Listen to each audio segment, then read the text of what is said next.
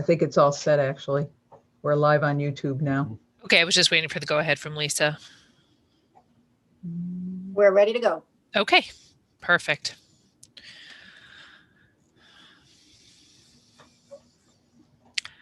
All right, welcome to the Monday, January 11th, 2021 meeting of the Dennis-Yarmouth Regional School Committee. Please join me in the Pledge of Allegiance. I pledge allegiance to the flag of the United States of America and to the republic for which it stands, one nation, under God, indivisible, with liberty and justice for all. Thank you very much. Let's see, before actually we start in on agenda items, I wanted to do a quick attendance. Joe Tierney, I see, is here. I see him on video. Phil Morris, I see. We'd like to welcome Jennifer Rose, the newly elected member from the town of Dennis, voted in by the Dennis Board of Selectmen to serve for the remainder of the year after Brian Carey's resignation. And then we also would like to welcome Tracy Post, who is a member of the Yarmouth Board of Selectmen and was elected by the Selectmen to fill the seat vacated by Brian Sullivan until they have a chance to vote from the candidates that I believe they've received so far.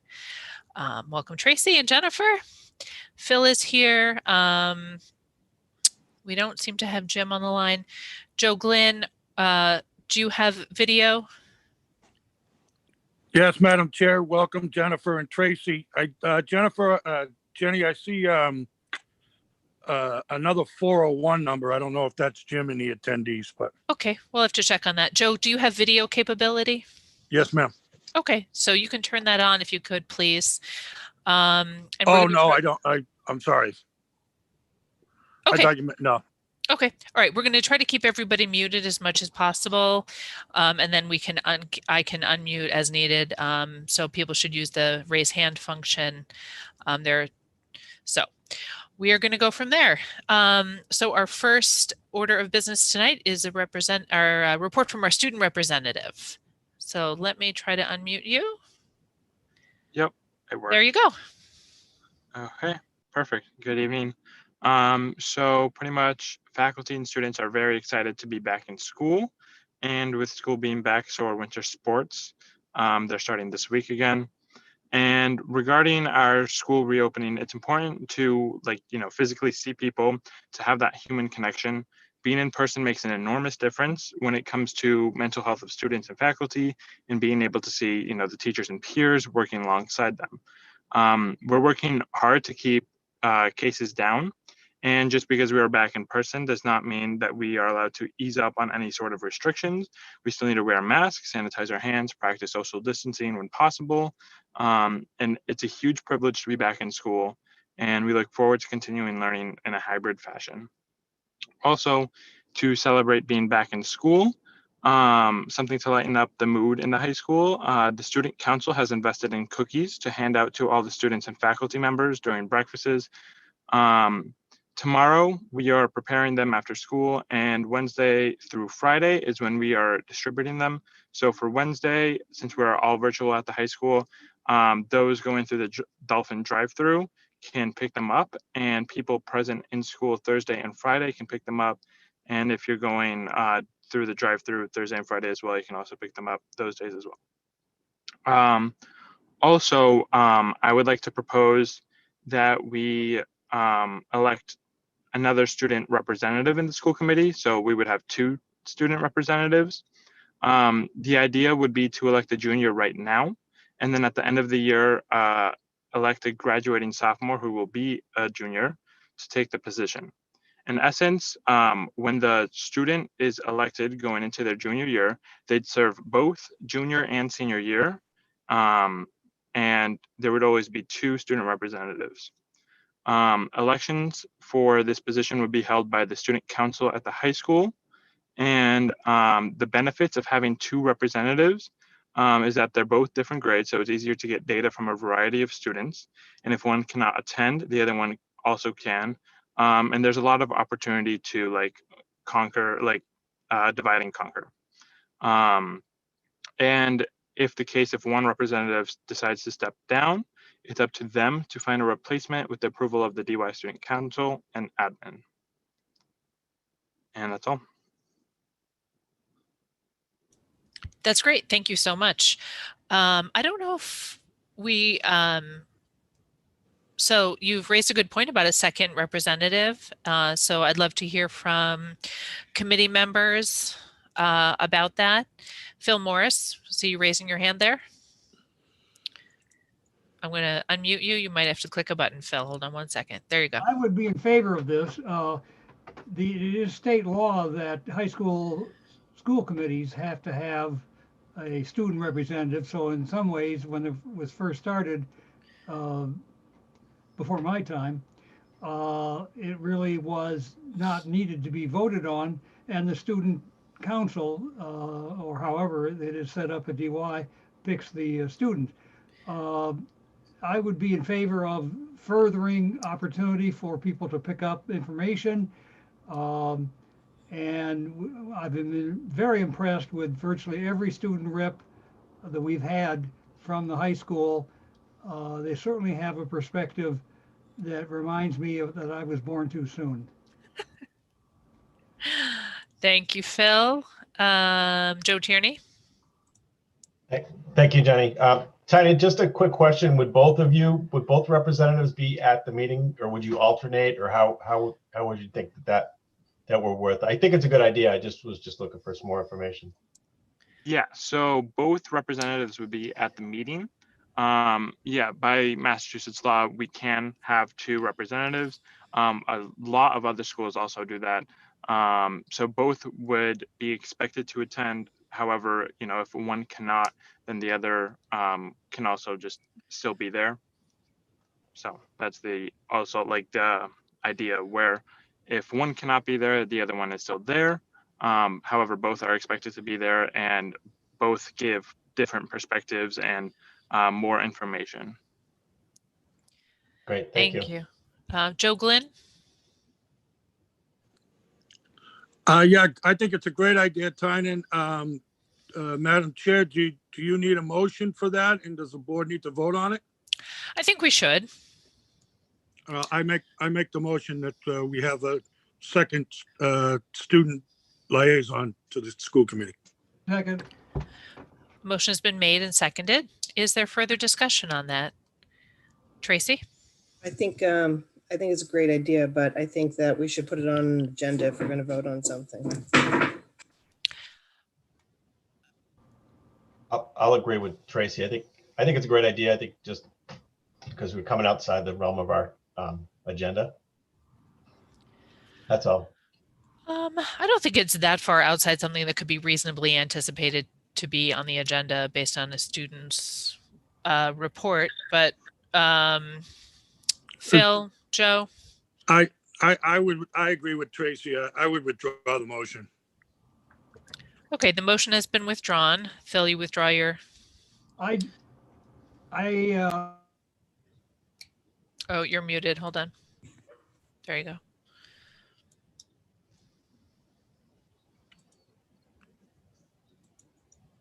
I can't seem to unmute you, Phil. Hold on one second. There you go. I would withdraw the second with Okay. the question, would they allow members of the school committee to sit in on the student council meetings? Ha, ha, ha, ha. Wearing a All right, mask. so we'll put this on the future agenda. I don't think there's any problem with this. It seems like there's support for it. I just we'll put it on the next agenda. All right.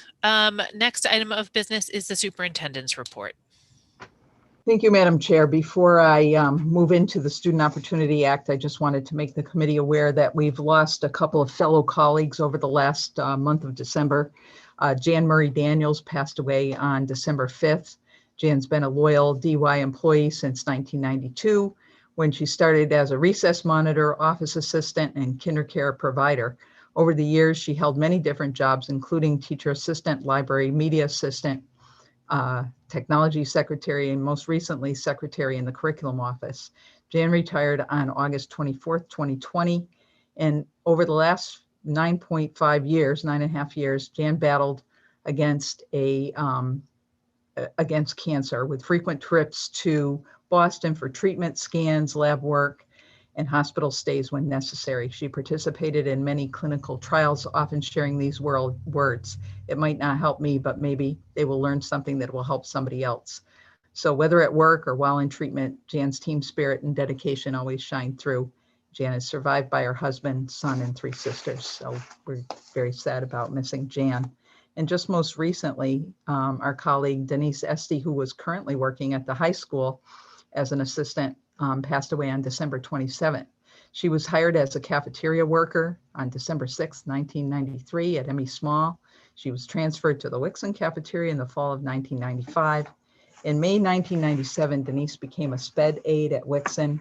Pat Fitzsimmons, the Wixon principal at the time, recommended Denise for the position because she has, as she said, excellent rapport with students and is always pleasant, handles even our most difficult and challenging students in a very respectful manner.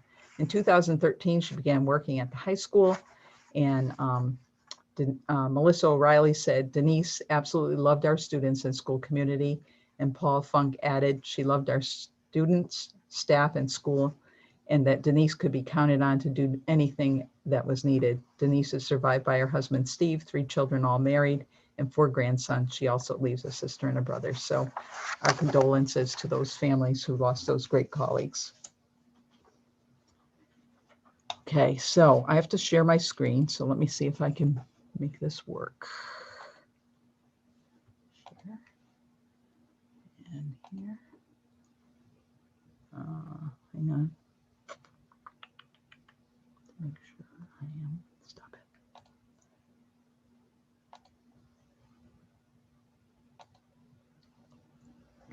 it. Okay, thank you. We first brought information about the Student Opportunity Act plan to the school committee last February. It's been almost a year, during the budget process. However, after schools were closed in March, there was much concern around the state budget, and this was pushed back. I think this is about the 5th pushback that we've had on it, but we have been asked to submit a plan by January 15th that has been voted on by the school committee, and we've been told that there are not going to be any further delays. However, the plan will still need the approval of the commissioner, and we currently are unsure as to whether or not it will actually be funded.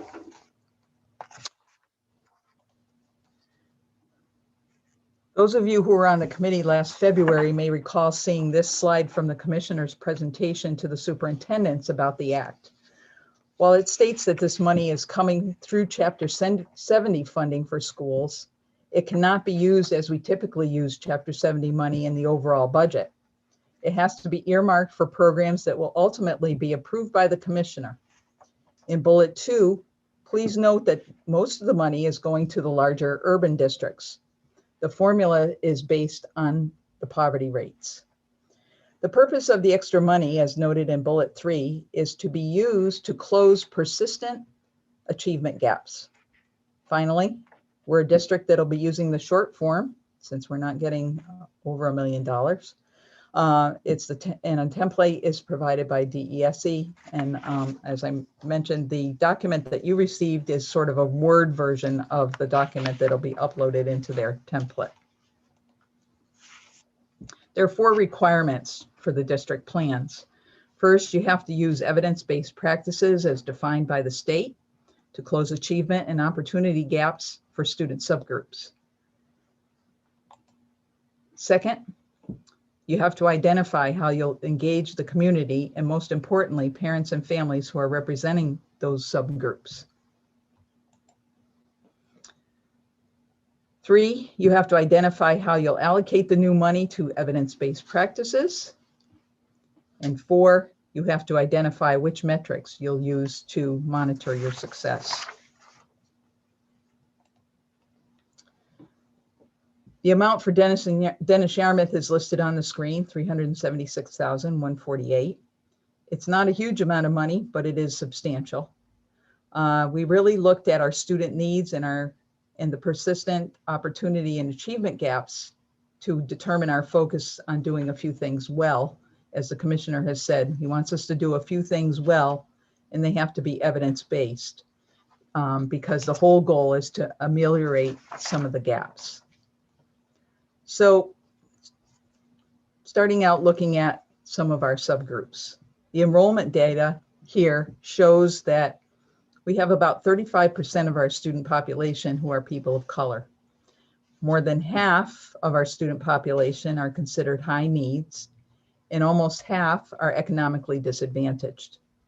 So if these students aren't doing well in any area in our school district, then we're probably not doing the job that we should be doing. So I'd like to also say that it sometimes does take resources to make improvements, and that's what the whole goal of this money is. That's what the Student Opportunity Act is really all about. And we have to work on impacting these subgroups in some way. So we've selected the subgroups that you see here to talk really about how we're going to make our improvements. Some of you might not be familiar with the term high needs. If a student is designated either as economically disadvantaged, if the student's an English language learner or a former English language learner, or a student with disabilities, they fall into the high needs category. So improving attendance is one metric that we'll use to determine if our new programs are working. As I noted in the report that you received, we have focused on attendance for quite some time. In fact, back in 2010, we started a program with the district attorney called Keep Them Coming. And at that time, it was really around graduation rates and dropout rates, even as it is now. The research shows that school attendance improves achievement. I mean, that seems kind of silly to even say that out loud. It seems pretty obvious. If you could achieve well and not come to school, then maybe the school needs to do something a little bit different to challenge you. So through this first initiative that we've identified, we improved overall school attendance by 95% for most of our schools. So most of our schools were, student attendance looked good. It was above 95%. We always knew that we had handfuls of kids in each school that needed support. And we were working to support them the best we could, but in many cases, it was very, very difficult. So a few years ago, the state started adding the metric of chronic absenteeism to the accountability system. The reasoning was that if any child were to miss 10% of the school days or more, there would definitely be an impact on achievement. So we really switched our focus from the 95% and trying to get even above 95% for that matter, to the 5%. And in particular, those that were within that group that were chronically absent. We put together an attendance plan in 2018 and began to implement it in 2019. And I think the slide shows that you can see that we've started to have a little bit of success with that. I did not include last year's attendance rates. It would make us look very good, but I think it would be unrealistic to include that, and it isn't comparable because the state data for FY20 only reflects the data through March 2nd because of going out with COVID. So in future years, when we get back to school, the attendance will be a good metric again. But honestly, I don't think that, thinking that we made all this progress last year when after the 13th of March, we didn't come to school, I think would be bad data in my opinion. So two other metrics. First, that we look at that are closely tied to attendance are both the dropout rates and the four-year graduation rates. Here you can see the dropout rates before and after implementing our attendance plan. Some good news, but again, still more work to be done. And that's why this data was selected as a data point. And here are the four-year graduation rates. Similar to the dropout rates, the graduation rates in FY19 showed some improvement even after just 1 year of our attendance plan. Again, still more work to be done to improve on-time graduation. When you look at our 5-year graduation rates, the rates do go up, but really the real goal is 4-year on-time graduation for all students. So that is another important data point. The final metric that we want to include in our plan, and something that we have been working on again, is advanced course placement. When we look at our data, we could see that our students of color and low-income students were not in 2018, if you look at that, taking advanced courses at the same rate as other students. In addition to that, I don't know that we could really be happy with that rate for our white students, for that matter. So again, in 2018, we started a partnership with Equal Opportunity Schools. It was our hope that we could close our access gap to high-level courses for our students of color and low-income students. And why would we want to do that, besides it being the right thing to do? There's good evidence that our students who take advanced courses in high school have greater college attendance and completion, that they have increased interest in a subject area, increased subject area career interests, and have positive student experience outcomes just from taking a higher level course. Again, this data has shown that we've had some success over the 2 years that we've been doing the program. We need to keep it going, and we need to do a little bit more. So I just want to talk about the initiatives that we've identified in order to move these efforts forward. We believe that we should allocate $225,000 of this money to clinical services within the school day. Students can't learn if they don't attend school. It's the first and greatest barrier to student achievement for some of our students. And once the students are in school, we need systems of support. You all know that we have social workers, we have guidance counselors, we have school psychologists and folks like that. But we really need clinical staff for a lot of situations where our students are suffering from depression, things like that.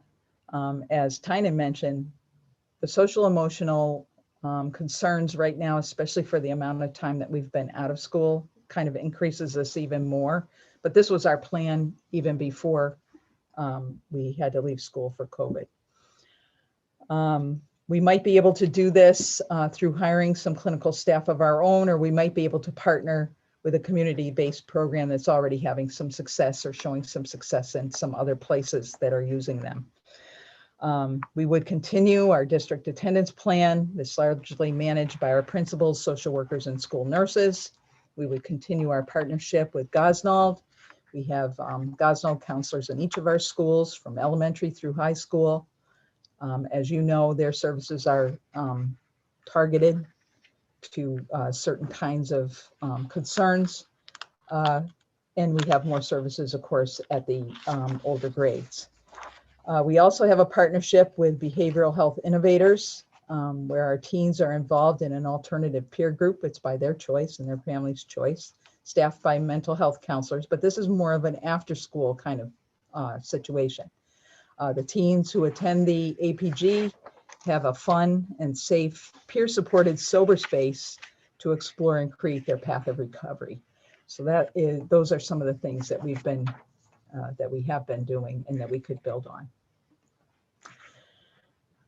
Next, as you can see from the data, students taking advanced coursework, it's on a good track. We'd like to expand it even more, of course. And again, there's evidence that just taking the advanced coursework can help students in developing many habits of mind that lead to ongoing success. But we'd like to do a little more than just ensure our students take and complete the courses. We'd like them to successfully complete the courses, and this is something that our teachers are really focused on when we've had meetings with them about this work. Our teachers are already, I think, doing a pretty great job of supporting these students. And we had developed a high school schedule before the pandemic started that would have supported these efforts even further because they were having dolphin time during the day when students could get extra support. But we also feel that even when we go back to that, it might not be quite enough. We'd like to have some small stipends for some of our teachers to do study groups and things like that, that would really help our students who are taking advanced courses be even more successful. As most of you know, if you happen to take advanced placement courses, if you decide to go to college, it's actually saves our students money because they can test out of some of the core courses and oftentimes can even finish college a year in advance. Some students that I've known that have done this have actually stayed on and finished a master's degree. So imagine getting your master's degree in 4 years with your bachelor's degree and master's. Or sometimes they stay and take some advanced college coursework that helps them to move forward in their field even more. So we think this is really important. Finally, we'd like to put $100,000 toward the equity and inclusion work that we want to do. Doesn't mean if we don't get the money, we're not going to still try to move forward with this work. So I want to make that rather clear. But a lot has happened and we've been talking about this quite a bit. And it's really important for us to take a really deep look at our educational system into how it serves our student population, where 35% of our students are students of color. We really need to ensure that we're including everyone, and that our practices are equitable across the board and are including everyone. It's really a holistic approach to ensure that we're serving the needs of all students and that all students have the same opportunity to succeed in Dennis-Yarmouth. Last summer, in the midst of the pandemic, Ken and I attended some online training with Dr. Dennis-Yarmouth Jackson. Her approach is not sort of what you see sometimes, like the one and done kind of approach. She talked a lot about how many years it would take to really do this work well. And we feel that someone like her, might not be her, but someone like her and the group that she works with, they come out of Harvard, can really help us tackle looking at racial inequity in our district. We need to learn.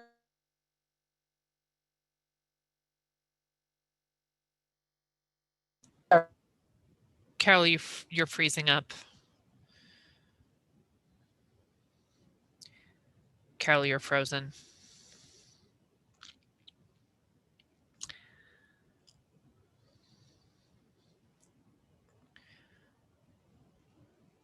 Joe, you can't hear her, can you?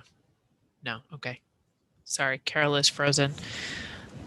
Lisa, are you there in the office I'm here. with Carol and Ken? No, I'm not in the office. Oh, okay. All right. We've got a technical difficulty here.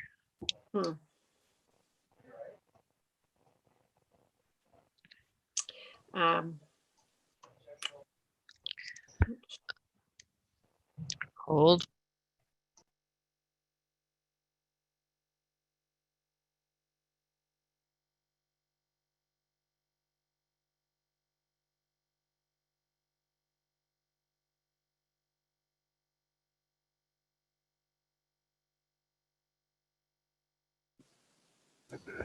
Sorry about that. Give us just a minute. I'm now Ken Jenks. I think you heard the part about where Ken and I went to a workshop last summer. All right, so just to finish that off, we really need to figure out what our high priority goals are for equity improvement in the district, what will be impactful, what will strengthen our equity culture this year, the next, and the next after that. It's work that will be ongoing for multiple years. When more of our students achieve at high levels, everyone wins, but we do need guidance, support, and time to ensure that we're making real change and it's not just fluff around the edges. So this is our third and last initiative for new money. And Ken, if you just hit the button, I hope it'll change to the next slide. And this is just a summary slide that hopefully people can see. And We're not seeing slides anymore, Carol. not, okay, well, we'll just have to say, this is questions and comments. That was where we left it. Okay, so I mean, the committee members have it. It was emailed to us, so it is available to us. But so at this point, Carol, you want comments from the committee first and then public comment? How about, it might you be want- good to have public comment first and then Okay, turn it back to the committee, as you sometimes do. sure, absolutely. So Not a we're going public to, hearing per se, but one of the things that is important is that we get some comment on this for the commissioner. okay. So we're going to do a brief, approximately 15-minute public feedback on Carol's presentation for the Student Opportunity Act plan for DY. Attendees, if you would like to comment on this issue only, public feedback on the Student Opportunity Act plan, please raise your hand and I will call on you. I'm just going to get a pen so I can take notes. Yeah, we will have normal public comment later in the meeting to address other issues. So let's see. So first on the attendee list is Muska. Did you want to speak on this, on the Student Opportunity Act plan?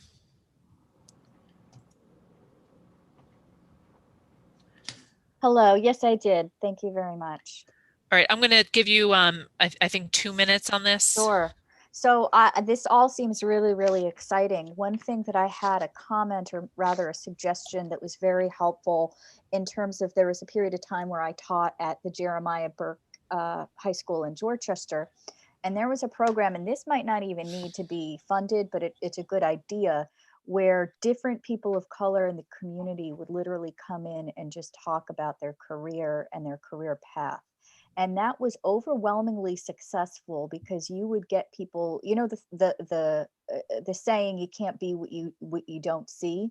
So what was wonderful is you would get people from all spectrums. So, you know, people from law school went and talked about their journey to law school, but there were a lot of other people who were small business owners who talked about that as well. And that might be really, really helpful as a volunteer program. And if you ever had, were interested in something like that, you know, I know a lot of community members, there's Amplify POC that could be helpful for you in doing something like that. Another question I had is in regards to the AP courses. I remember something that was very helpful was there were a lot of like supplemental books that were very helpful for the AP courses, and those can get expensive. So I wasn't sure if there was a way that people could donate, you know, AP books to those students to help supplement them. And those were my only two comments, but this is very exciting and it all looks really, really wonderful. So, and if I can help in any way, please let me know. Thank you. Thank you very much. Next on the list, Vita Morris.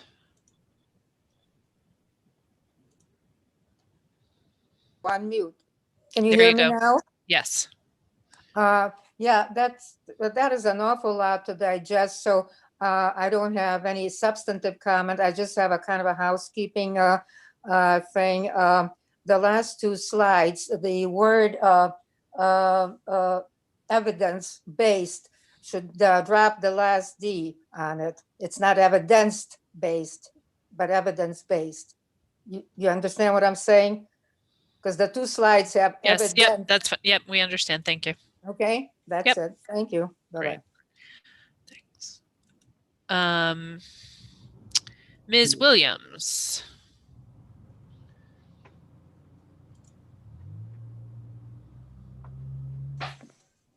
Can you hear me? We can. Go ahead. Hi, it's Tristan Williams, department head for social studies at the high school. Here, just food for thought, and maybe speaking way out of left field here, but in my experience, for students to access high-level courses, a lot of the issue is time outside of school to dedicate to reading and studying, et cetera, et cetera. And could we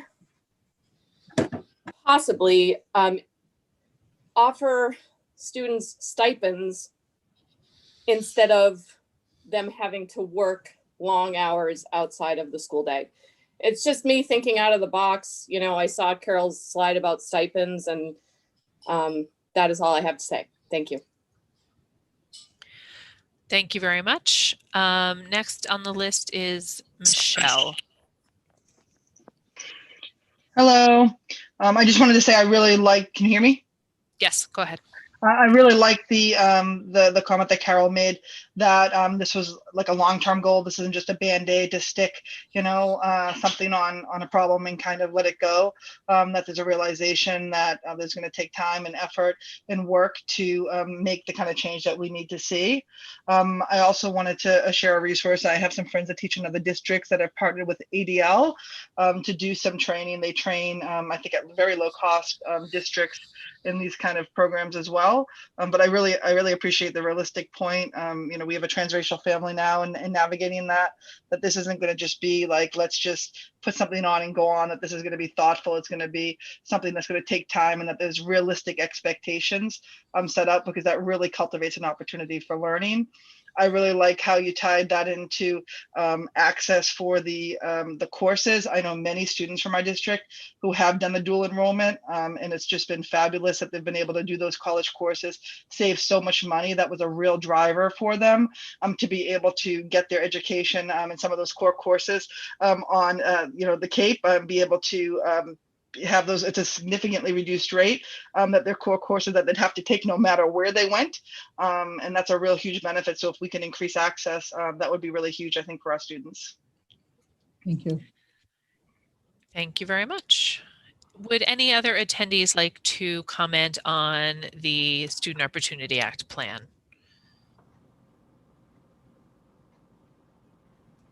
Give you a minute here. All right. I don't see any other hands raised on the attendee side. So Carol, would you like comment from the committee now on this? Yes, comments, and then hopefully a motion and a vote. All right. So we should probably have a motion first before we have any discussion on this. Phil Morris, are you looking to make the motion? Oh, I was going to say, Jenny, I see a hand up. It's Joe Glenn. Oh, right. But his hand was raised before when I think he wanted to make a comment. So if Phil wants to make the motion, I'll go to Joe Glenn first for the commentary.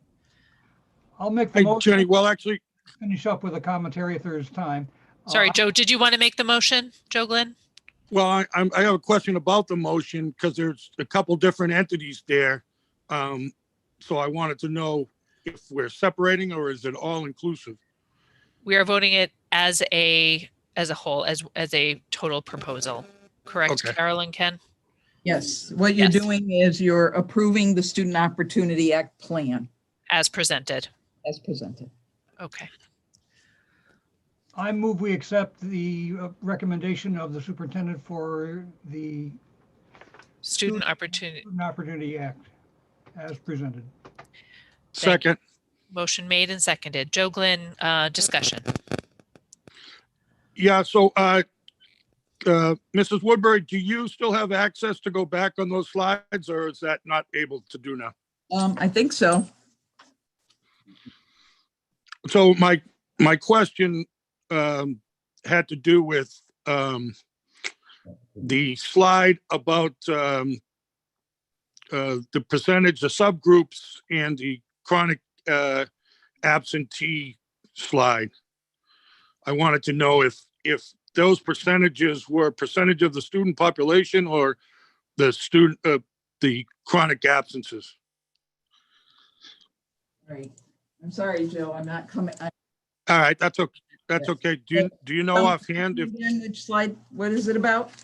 so there was you had the subgroups, but you had the percentages, and so there was like 7% Asian, and I'm wondering if those percentages have to do with the total population, or would 7% be the percentage that have been absent during that time? Okay, hang on. I've got Yeah, it got back, up, yeah. I think. Let me just see if I Mm-hmm.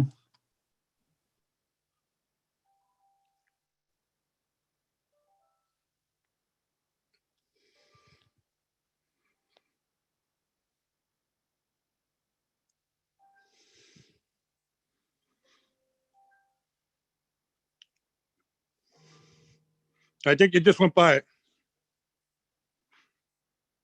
Carol, is the slide on the chronic absenteeism rates? If it's too difficult, I just was. Yeah, so that's it right there. Yeah, so I remembered it correctly.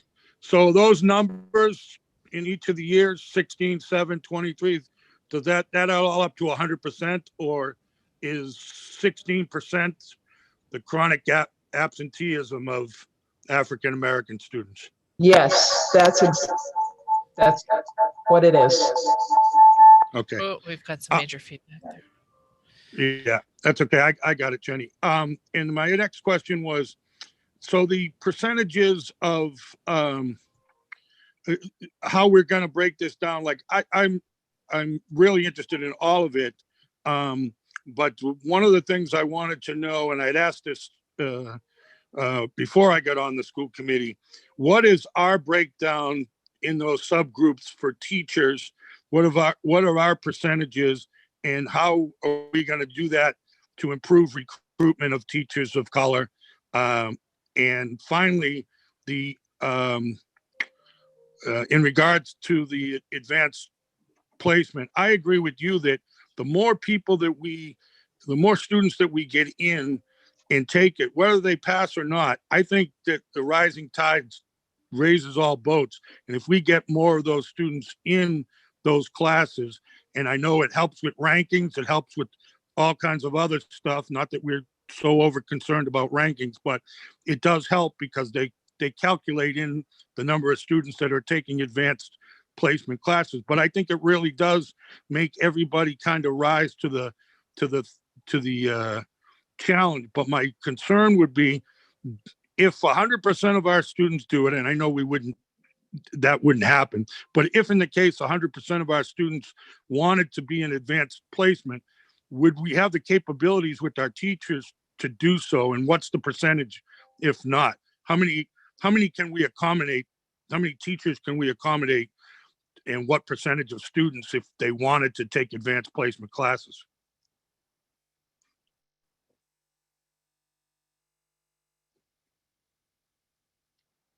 I'm going to venture a guess that Carol is frozen there again because she is not answering, and she doesn't look like she was not just pondering your question for ages there, Joe. I'm sure she will respond when she gets unfrozen. Yeah, okay. Well, I wanted the rest of the board to kind of right, but okay, those are some good questions. While we wait for Carol to unfreeze here, Ken,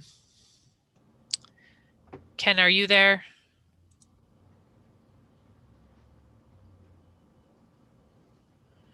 I'm trying to unmute Ken to see if we can. Maybe part of this plan should be upgraded Wi-Fi for the central office so that they don't freeze every 2 seconds. All right, I'm sure they'll be right back. Hold on.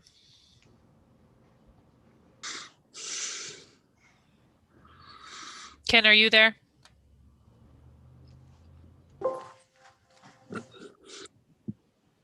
Sorry about that. There goes the computer again. Yep. Maybe we could get some better internet for the superintendent's office. That's what I just said, actually, that we should spend some money on Wi-Fi. But did you hear Joe's full question about recruitment of staff? Yeah, and then also our capacity for AP classes. Okay, so in terms of recruitment of folks, I think it goes back to really what Muska said before. You know, bringing people in who can, you know, like we have career day every year and things like that. And obviously not so much when we're in quarantine here, but we need to bring in some other business leaders and people who can, you know, they look like our kids so that our kids can see that, that people are achieving great things. We do have a program with the Y Achievers, which is another program that does do that. Teen Achievers now, they keep changing their name. But that is a program that really works with students to get them up over the threshold, and to work with other business leaders and things like that. As far as the AP teachers go, I think that's a matter of training. You're not going to change over your whole program all at once. And as the kids become interested, more and more teachers, just like in the years that we've already had, more teachers are teaching AP now than were 2 years ago, because we have the student interest and the desire to take those programs. Okay, other committee members, questions? Phil Morris. Thanks. I am obviously in support of this program because it adds to the element of what is the quality of DY for coming in. Whether or not we still have to compete for choice positions, with the idea of promoting to the community, our DY community and the CAPE community, presents a positive impact. It'll impact other schools and other support from since we have such a high retired and older population who didn't grow up here, and sometimes they didn't even have their kids grow up here. So this is something I would support and would lend whatever help I could or support for publicity, promotion, and not just internal to the DY parent and student community. Joe Tierney. Thank you, Jenny. I'm also in support of this. I think it encompasses some great things as far as allowing any student that would like to take an AP course or something like that, and we can fund that piece of it would be great. It also encompasses the teachers, getting them, actively into it, and also, I think it's great. It's all perfect. So I definitely support it. Thank you.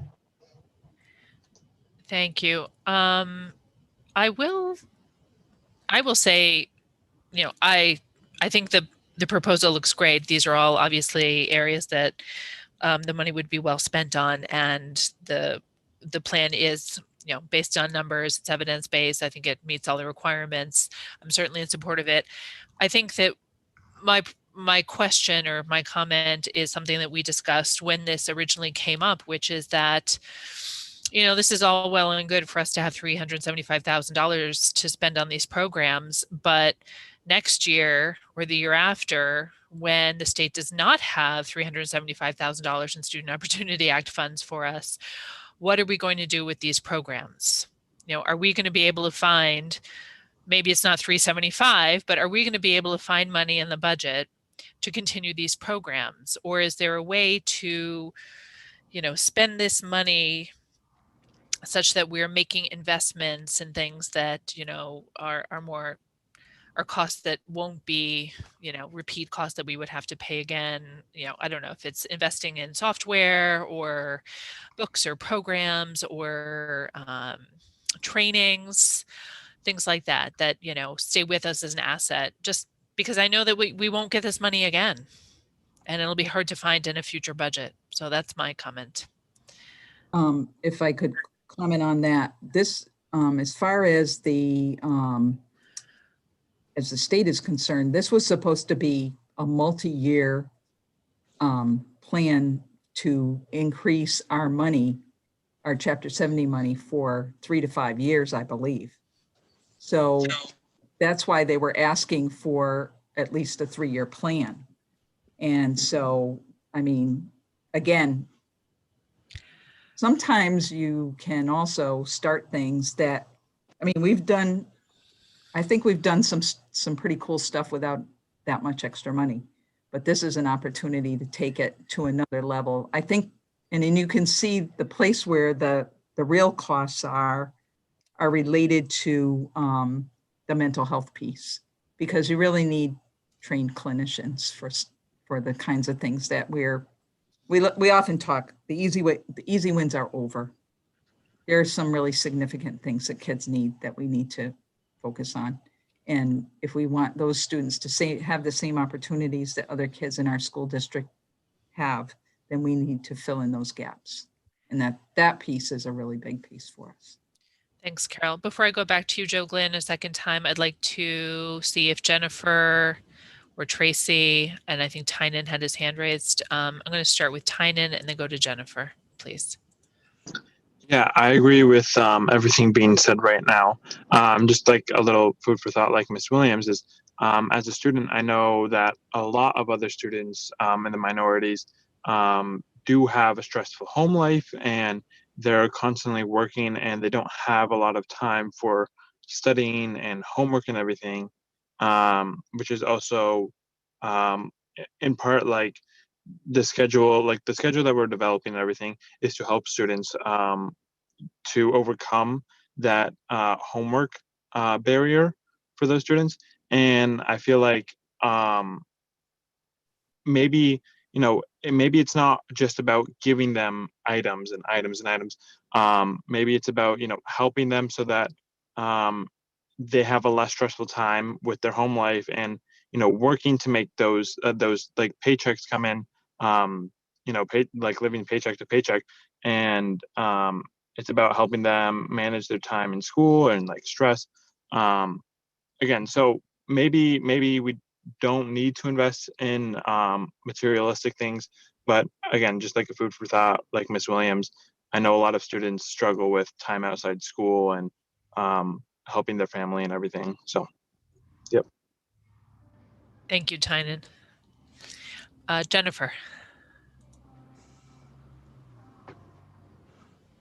All right, thank you. So I do agree with the plan as well. My only suggestion would be that if there is some type of parent awareness around advanced coursework, and when a student is identified as being placed or can be placed in advanced coursework, that the parents are also not only brought awareness to them, but education around it as well, because I think a lot of parents would like to know that it could help give a little fast approach to the college education experience too. So I just think that there should be a little piece around that as well. Thank you. Thank you. And back to you, Joe Glenn, I think. Unless Tracy, did you have a comment?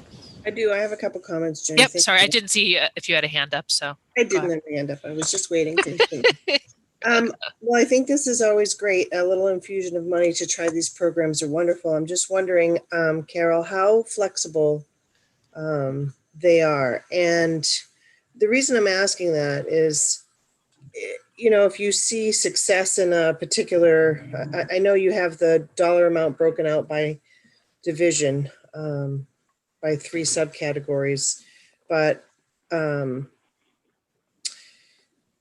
if one's extremely successful within the plan year or one is not, are we able to amend the plan and be flexible with the finances? You may see a real good success with putting a little bit of money behind one particular thing and be able to change course, so to speak.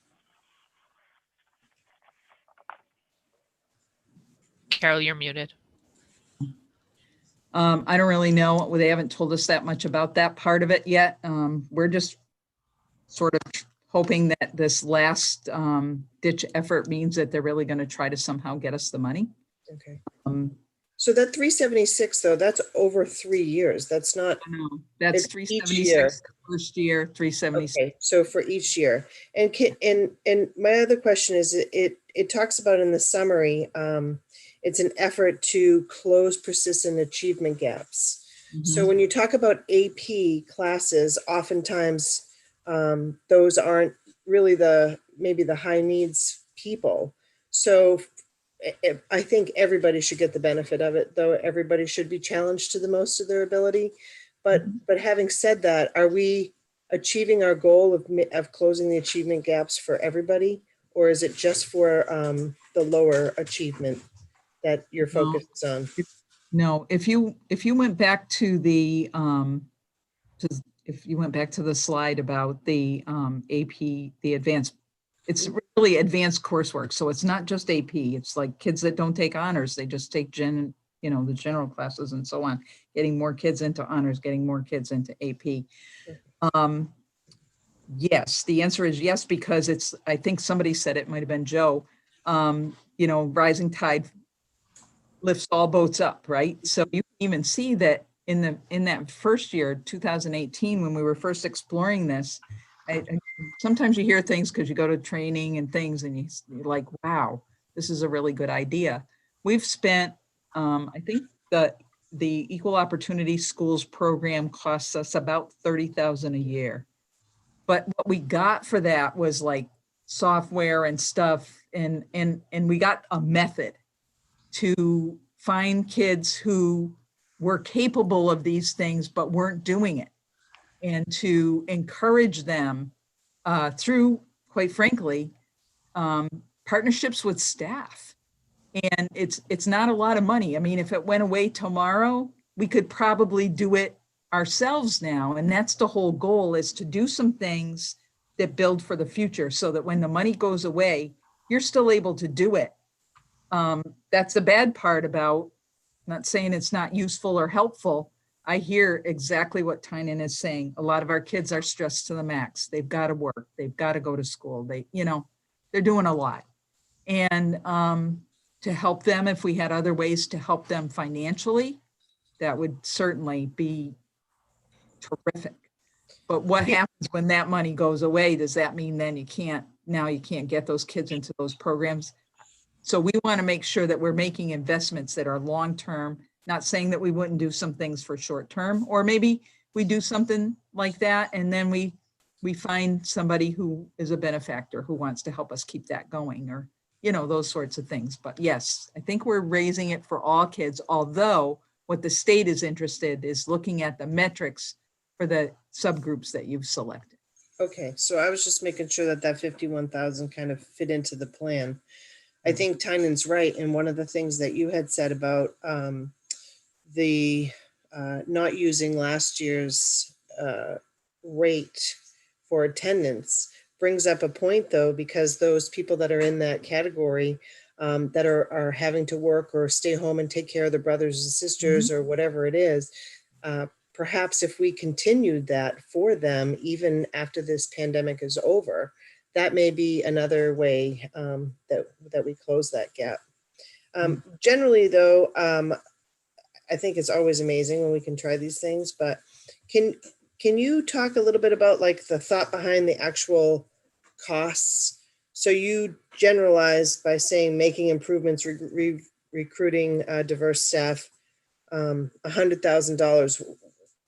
Well, no, the $100,000 would be to go to what I said, like a thought partner who could, and it would be maybe over a period of time. I'm not really even sure yet, because if it could be less, then we could hopefully shift the money to something else. They aren't going to hold us to like, well, you said you'd spend $100,000 on that and you didn't. If someone's going to give us something for 25, we're going to take that and then find a different way.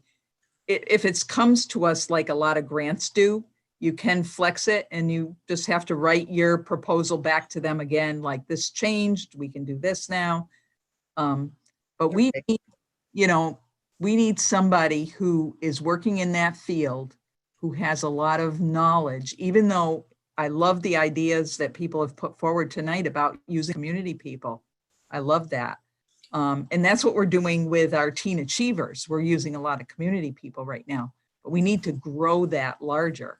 So I'm not sure if the monies are exactly the reason that the mental health supports are up there. When we first approached looking at that program, that was close to $300,000. So put some aside, knowing that we might not be able to do everything that we thought we might be able to do at the beginning, because again, we feel like all three pieces are super important. They are. No, I just didn't know if you, like, out of the 225, how much you were committing to, if you had already got prices on social workers or the mental health piece of that. But, to Muska's point, I think that is a great thing. All of us are what we see. And when we believe it and we see somebody else doing it, whether it's another woman in an elected position or our female vice president of a minority, I think that's when people of that when you look at somebody and you can connect with that and you see their success, then you believe that you can do it. So having any type of minority in speaking that have stories to share that people can connect with and start to believe that then they can also achieve that is great. So thank you. Thanks, Tracy. Joe Glenn, final comment on this, and then we need to move on, I think, please. Yeah, no, I with the understand. vote. And it kind of just ties everything together with what Carol said and what Tynan and Tracy said. And I did say the lift all boats. The question had to do with the money. If we can flex that, that's great. I think the problem might be with some of the instances is we won't be able to identify evidence-based, and then if it goes away, we won't be able to show it in some with some of the social workers, and then we get a new cohort group in, so it becomes a difficulty. But I think to tie together with what people had said about money and books, if we could use some of that money for advanced coursework, and I wanted to correct myself because I did say advanced placement, but I understood what Carol said was it for honors classes. If you take the middle to lower groups of academic achievers and you move them to the middle, it's going to show in a lot of different areas. It's going to show in MCAS, and you're going to be able to have that evidence base. And so that's, but I didn't see, and correct me, Carol, if I missed it, but I didn't see the breakdown of what we were using for the advanced course improvement. I just thought it was all the 376,000 and we were going to flex it to all of those. So if not, I'll. That was only 51,000.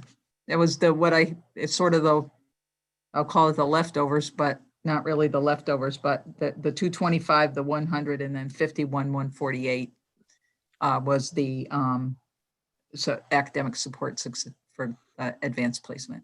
Advanced coursework. Yeah.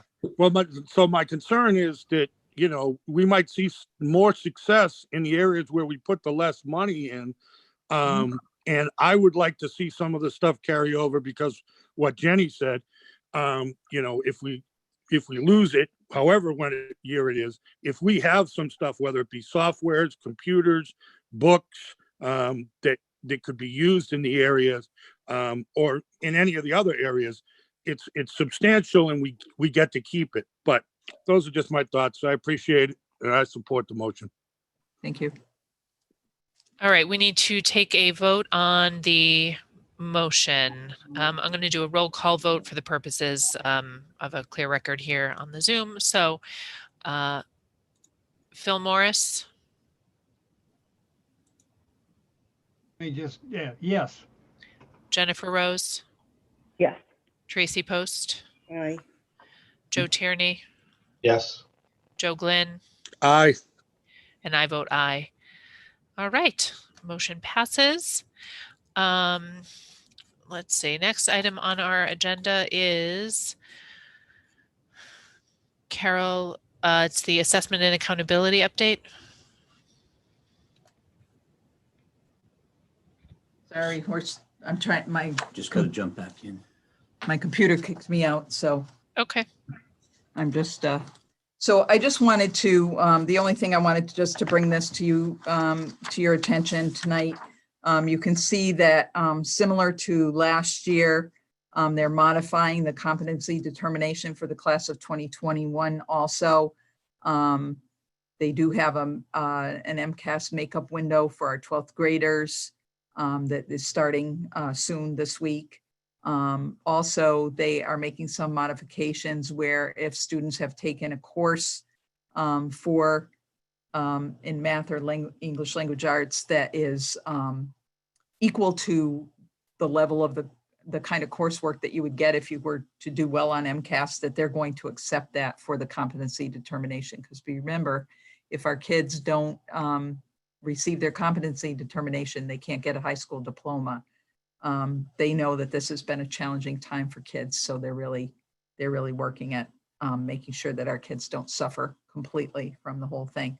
Also, in grades 3 through 8, they're going to be shortening the MCAS, the I was at a meeting with the commissioner the other day. He said it's probably going to be about half the time. The big concern is how we're going to do it, because we currently still have a lot of kids in remote, of course. And so we're not 100% sure how that's going to look. So they're not doing much of anything else as far as, identifying underperforming schools or chronically underperforming right now, simply because we don't have the data to support it. And that's really about it, but I just thought you should know about those things because those are going on. You might hear them in the public, and I always want to make sure you know what's going on.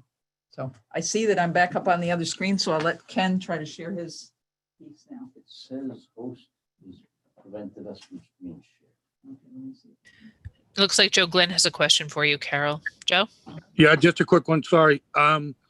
Carol, you mentioned the underperforming. If we were to do well in our school that's underperforming, did well this year, could we come off the list? I understand they're not going to punish put any more on, but I'm hoping that we really excel. I've been hearing a lot of great things, and I'm hoping that our students do well. So I'm just wondering if we could come off. Yeah. Here's the good news. We're not on a bad list right now. So we don't worry about coming off the bad list. But I do have to ask Jenny. Jenny, are you able to allow screen sharing again for Ken and I? Because we seem not to be able to share the screen right at the moment. And we need let's see. Presentation. Did I answer your question, Joe? Yeah, it's actually great news. Sorry that I didn't know that. No, happiness.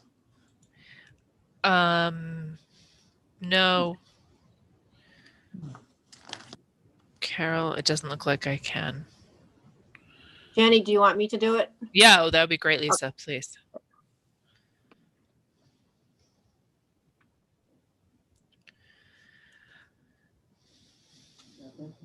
Yep.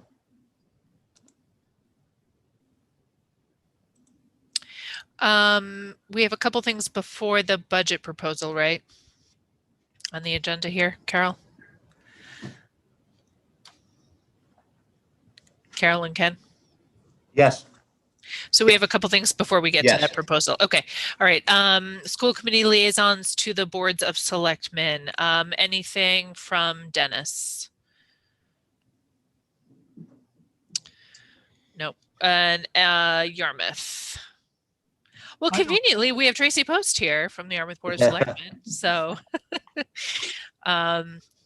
anything, Tracy, that you'd like to share? Well, as you know, this week, tomorrow at 6:30, we'll be meeting at 6 p.m. At 6:30, we'll be interviewing the candidates. There are 4 candidates to fill the seat for Brian Sullivan. And so hopefully at the end of that, we'll be able to vote for a replacement. If not, then at the next one. And so at that point in time, I will resign and you will have a new committee member once again. The only other thing, Joe probably wants to update you. As you know, our town meeting's coming up. We're already building our warrant. So I'm not sure if the committee or the subcommittee for the regional agreement has anything.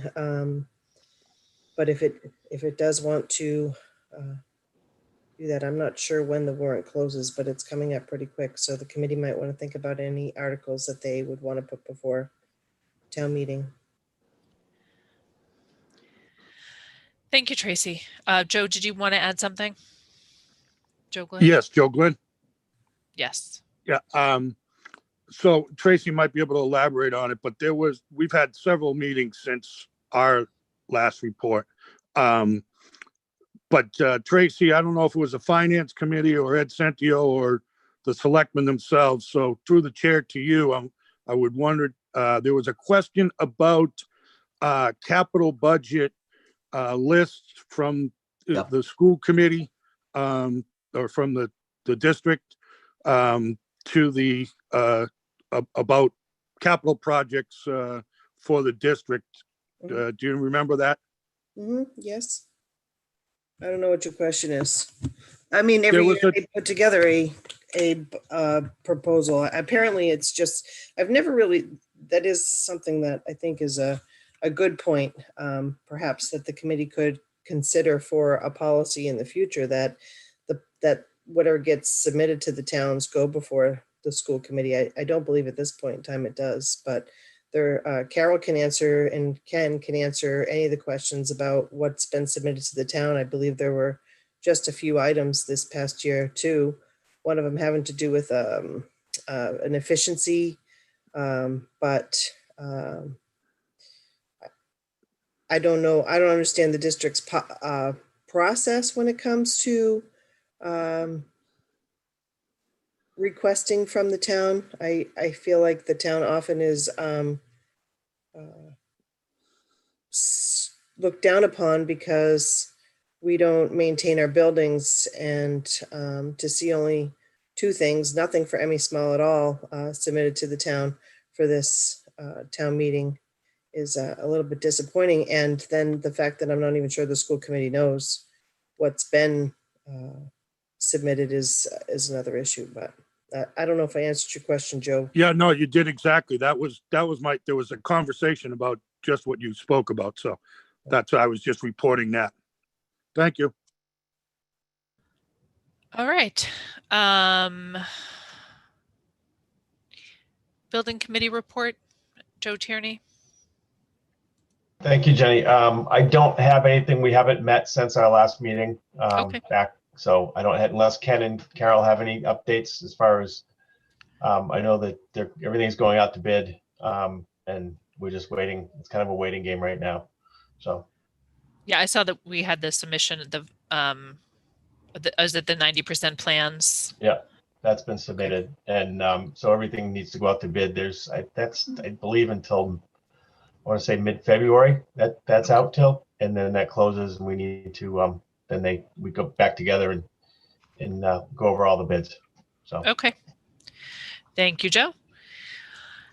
Moving on to the assistant superintendent's report, please. Thank you. Good evening. And in terms of the initial budget, it's been the unusual year. And part of the dilemma we always face on the school side is, quite frankly, our calendar and the town calendar. Look at our slides, the next slide, starting with who are we educating? And then we'll get into a little bit, what's the timeline and where do we go from here? You've already seen some of this data through the superintendent's slide. This should look very familiar. I feel though, when we start a budget, it always should be about, so who are our students? And you can see our enrollment data here and give some idea of the breakdown of our students, the groupings, the ethnicity they're from. And if someone were to look at this from, say, 15 or 20 years ago, I think many of us would say, yes, our district's constantly evolving and changing. And does that have an impact on the kinds of things we look for in the budget? Our population, selected populations, a couple things in terms that have some educational impact and the kinds of programming we operate and what we need to do. If you notice those first 2 categories, 19.8% first language, not English, and then English language learner, the 11.5%, you're talking some 31% of our students, English has not been the standard language, if you will, for parts of their life experience. And so that often means let's make sure we're providing the effective EL supports for those students and making sure they have opportunities and they appear in those statistics the superintendent was referencing because we've provided the supports. Students with disabilities, those are our students with learning plans. High needs, state category, is there one or more factors that suggest you may be at risk for not successfully completing high school?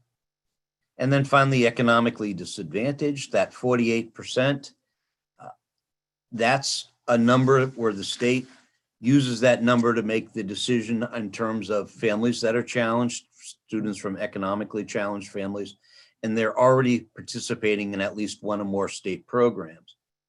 Some people, myself included, feel the free and reduced lunch category that we've often used in the past also gave insight and gives a more consistent what's it look like as a trend over multiple years.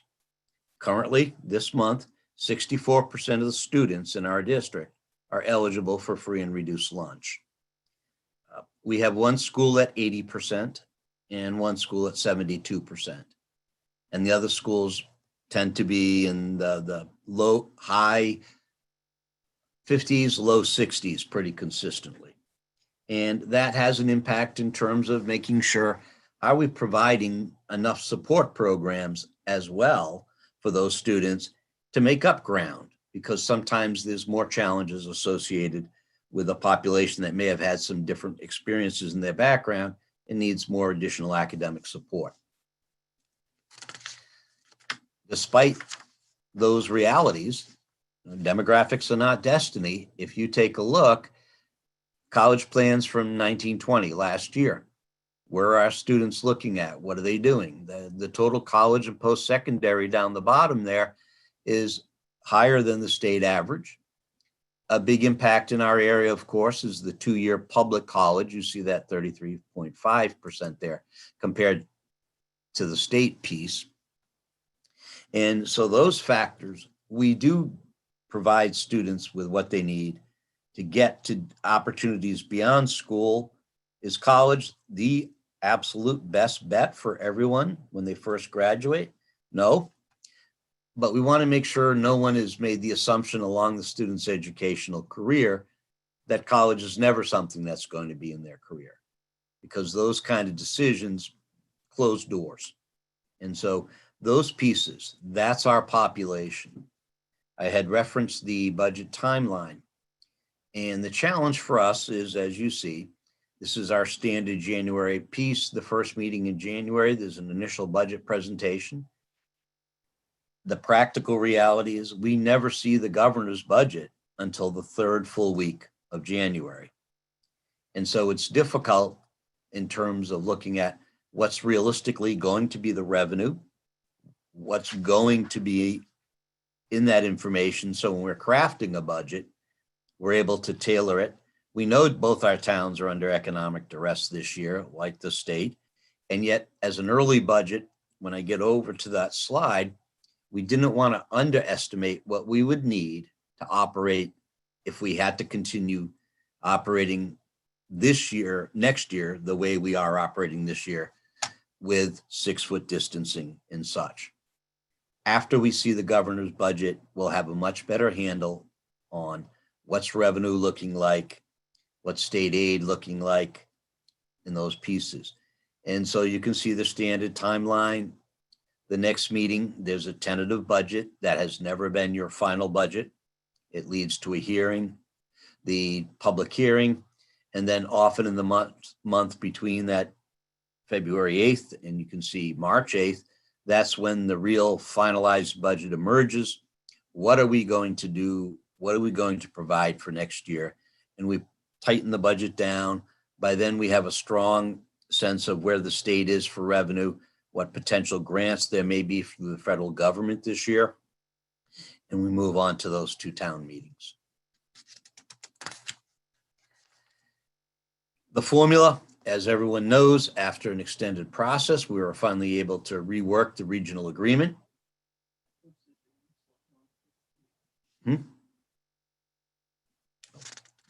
And you can see there, the basis of our budget has traditionally been how many students and seats in classrooms.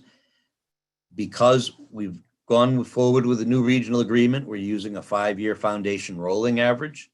So this year, while the FY22 proposal, you'll see the 5-year rolling average there, 32,9,166 compared to last year's 33,7,894 for Dennis.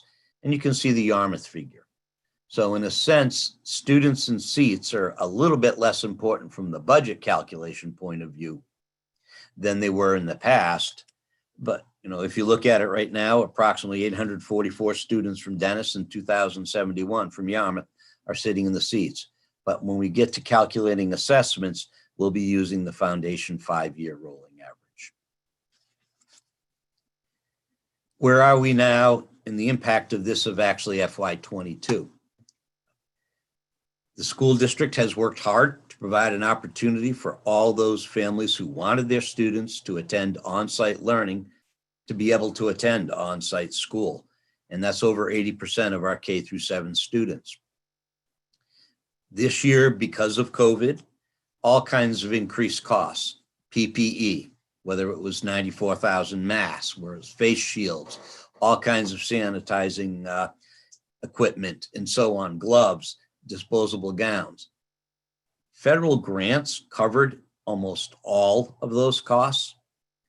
Between various federal grants, there was approximately $1.3 million to cover the costs of PPE. Additional cleaning and disinfecting staff is partially being covered by those funds. Technology, the iPads, so that when we did go remote, all our students had a device. And now that we're in class with, again, 80% of those students at K through 7, they still have those devices to be able to use in class.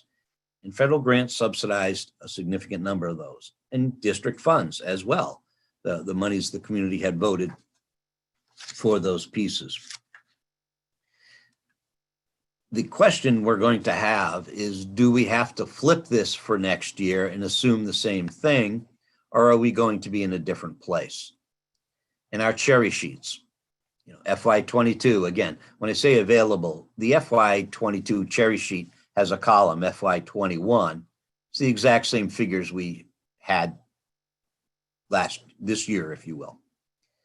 We get the updated numbers, the governor's budget, in approximately a week. It's usually that third week, next week, we should see it. If you looked at what had happened a year ago, we thought in FY21, we'd have amongst some of our key revenue sources, the $5,496,000. In the revisions for this year, as that budget played out, December, January, there was a reduction in what we originally anticipated. Now, again, because of savings and new hires. Yes. I'm sorry, I'm moving my slides, and I'm not the one driving the presentation piece, I don't think. No, it was on track. It was. Okay, sorry. I'm jumping back in there then. Yeah, no, that was fine. And that reduction, we managed it because of our savings and some of our new hires, as the case, sometimes you hire someone to replace a position that's gone and there's less funding in there. And those pieces, it wasn't easy. And we still, because of some of the things, perhaps sports, some of the things we didn't do in the fall, we've able to absorb that reduction in the revenue for this cycle. But it's opened eyes to being a little careful as we look at next year of exactly what are we going to need. And until the state gives us numbers and the federal grants that we can rely on, we don't want to overcommit. FY22, the factors, I think this is really the most important question to what does FY22 look like as a budget? Do we anticipate we will be back to 3-foot spacing, distancing, and one teacher with 20 students, if you will? Or do we anticipate, or at least need to anticipate, that we won't have made significant progress and we'll still need, because of physical distancing, 2 teachers to deal with those 20 students in 2 separate rooms? This year, as you know, we ended up adding approximately 2 to 3 teaching positions, totals in FTEs, and about a dozen assistants, because we had to create more classroom spaces to maintain the appropriate distancing to get students in school and comply with the regs. And so at this point, I did not want to make an assumption that we'll be relatively back to normal in September 2021, and we should build the budget accordingly.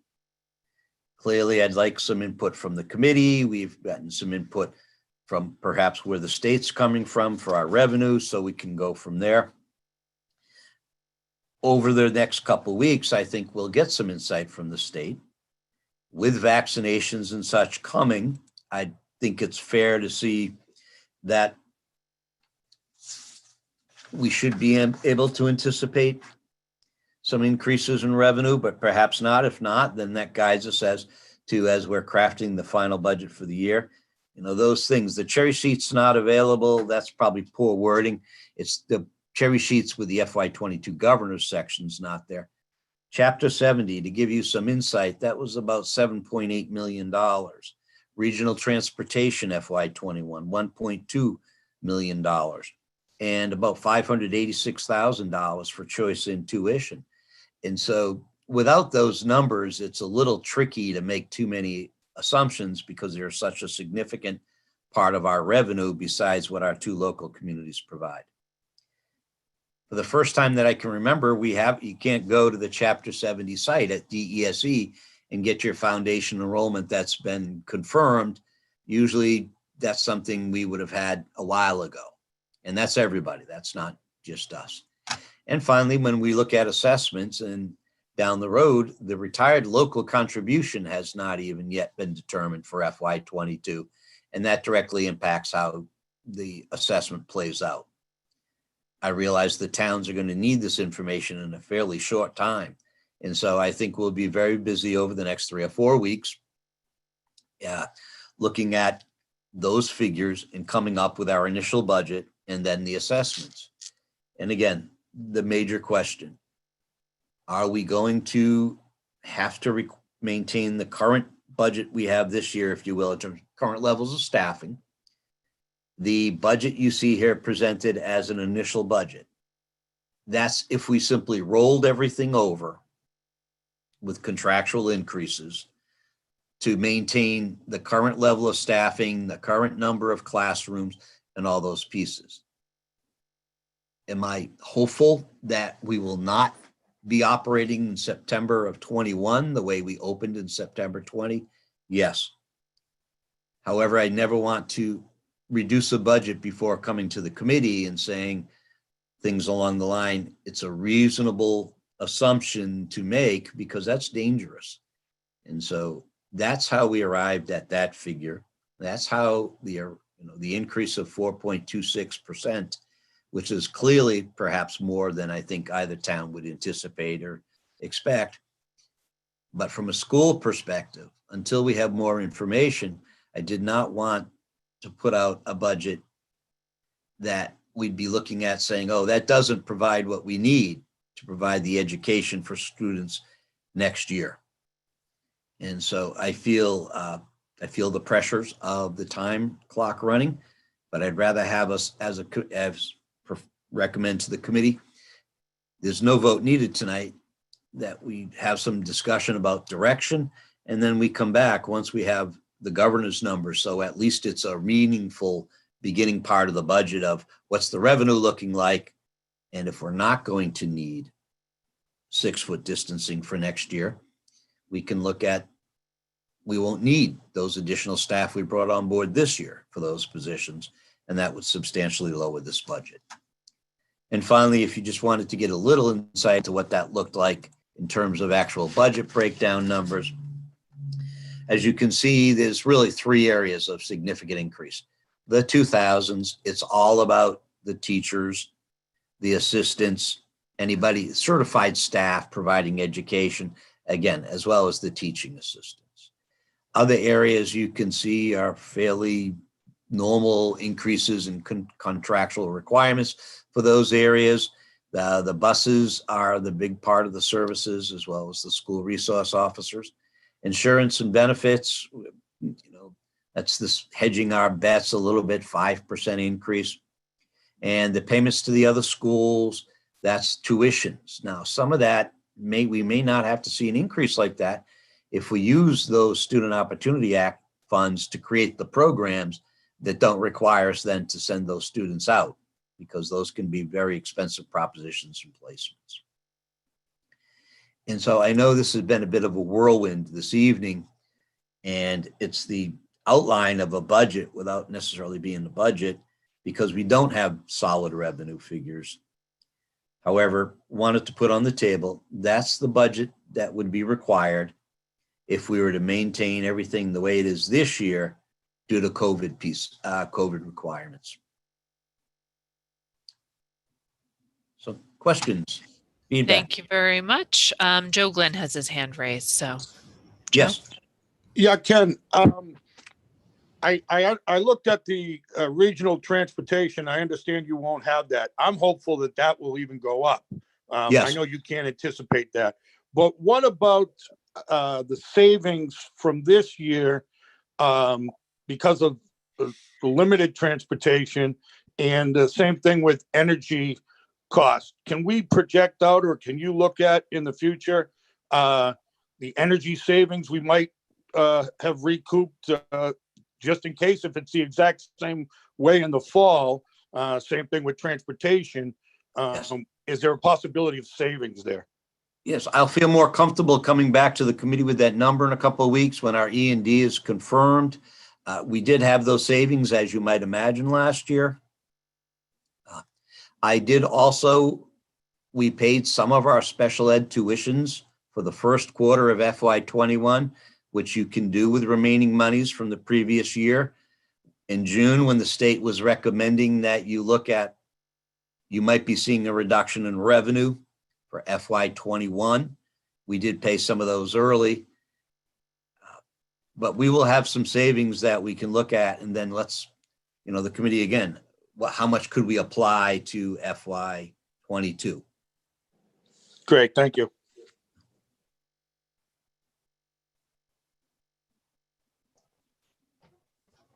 Joe Thank you, Tierney? Jen. Yeah. Thanks, Jen. Yeah, Ken, thank you for that. It was a good general, presentation. I know it's tough to do anything without any revenue numbers or numbers that we haven't even got for 2021. You had mentioned the fact that, which direction should we go in as far as, 6 foot spacing versus 3 foot spacing and blah, blah. I like to be the optimist and think by next September we'll be back, to full strength. And I think that's the direction we have to go in. And if it ends up we can't, then we'll have to make adjustments just like we did, this year. When we were doing this last year, we had no idea that the COVID was just getting fired up when we were doing this last year. So, we need to just keep rolling, I think, as far as the way the budget's put together. And, I know we always come in with a budget that's always higher, and that's just something that happens. But if we, I think it's important that we need to think about the 2 towns that we work with, the fact that, we should really try to stay within that 2.5% number, because, they're squeezed for funds and squeezed for revenue also. So it's kind of important that we kind of think about that when we go develop a budget. But thanks for the general overview, and I'm sure it'll get more detailed as we go. Thank you. Phil Morris. Thanks. And thank you, Ken, for the presentation. I'm having trouble when I read the State House News or other sources of budget discussion at the state level. It seems much more fuzzy than past years, and no wonder. Are you getting any sense that the state is going to be not drastically making cutbacks in their own plans, which might translate into a reduction of Chapter 70 or other funds? I think it's too early to tell. I'm concerned, I think the states are waiting to see, before making final commitments, what is federal funding looking like? And I worry because we all know how that plays out. We all have to work within a timeline to make budgetary decisions for programs. And if it takes a while for the federal government to determine what that funding looks like, it slows that process down. And so we've had no inside information, at least that I feel we're getting from our reps or anybody or people through the normal channels saying there's going to be significant reductions or there's going to be significant improvements. I'll be happy just to get numbers so we can say, here's at least where we are. Tell us the reality so we can build. And again, cognizant of, we realize, I think things will be different next September. And I also know our communities, it's a very financially challenging time for them as well. Thanks very much. Of course, it's nice to know how relaxed federal funding is right now and federal decision-making. Yes. So nothing to worry about. Thank you. Any other questions? Questions? Tracy, was that you? Okay. Yes. How are you? Thank you very much. Thank you, Ken. Yes. Do you have any idea what percentage you are budget over actual for FY21 at this point? We are actually within FY21. We're where we are. Okay. I mean, where we're supposed to be. You mean our current budget? Correct. Yes. No, we're in line. I'm not concerned we're not going to finish the year, those kind of things. Okay. There hasn't been any, you haven't been able to identify COVID savings, so to speak, in terms of things that aren't being utilized. I think in a couple months, I'll be much more comfortable going, right, here's, for instance, here's the savings from sports that we did not run. Here's these savings from other things. In a way, the COVID savings, because we've been transporting the 80% going to the other schools, and even at the high school with the hybrid, you know, we saved a little bit here and there on specific days with the bus contract, but in general, on many days, we're running most of the buses we would have been running. So you built this budget based on the same, I mean, what was the thought process? Was it zero-based budgeting? Did you look at programs, or was it just kind of built as a? FY22? Yes. I built it on the assumption that to maintain these exact same programs with roughly the same numbers of students and the same number of staff. Okay. That's why it's such an increase of 4.26. So, but in terms of contractual increase, you show Yes. About 1.7. What does that equal percentage wise? What's the total increase in contractual obligation, the percentage? Oh, okay. I don't have that handy. I can break it down and get it to people. Okay. Because Chances teacher are- contract's a little different than some of the like maintenance contracts or others, but I know what you're saying. Yeah, I mean, it's hard to live within 2.5% when just that Yes. line item alone is probably an increase of over 2.5%. Yes, traditionally the teacher contract is pretty much our entire 2.5%. Okay. So that's, What other budget busters? How did you budget for insurance? 5%. yes, the 5% for the insurance. Okay. So we got lucky that 1 year, actually 2 years. I didn't know if Yes. Cape Cod, I hadn't heard yet if the Cape Cod Municipal Health Group had taken a vote. No, they have not. And yet I can't imagine 3 years in a row. So, I know, it would be nice. It was a nice savings while we could get it. Yes. And as far as FTEs and additions, are there any, is there any change in the FTEs from last year's budget to this one, and positions that are being added? no, the positions we added for the FY20 are, you know, from FY20 to 21, because we had to add them for this year for COVID, were simply rolled over. So there's no new programs, nothing new in this. Right.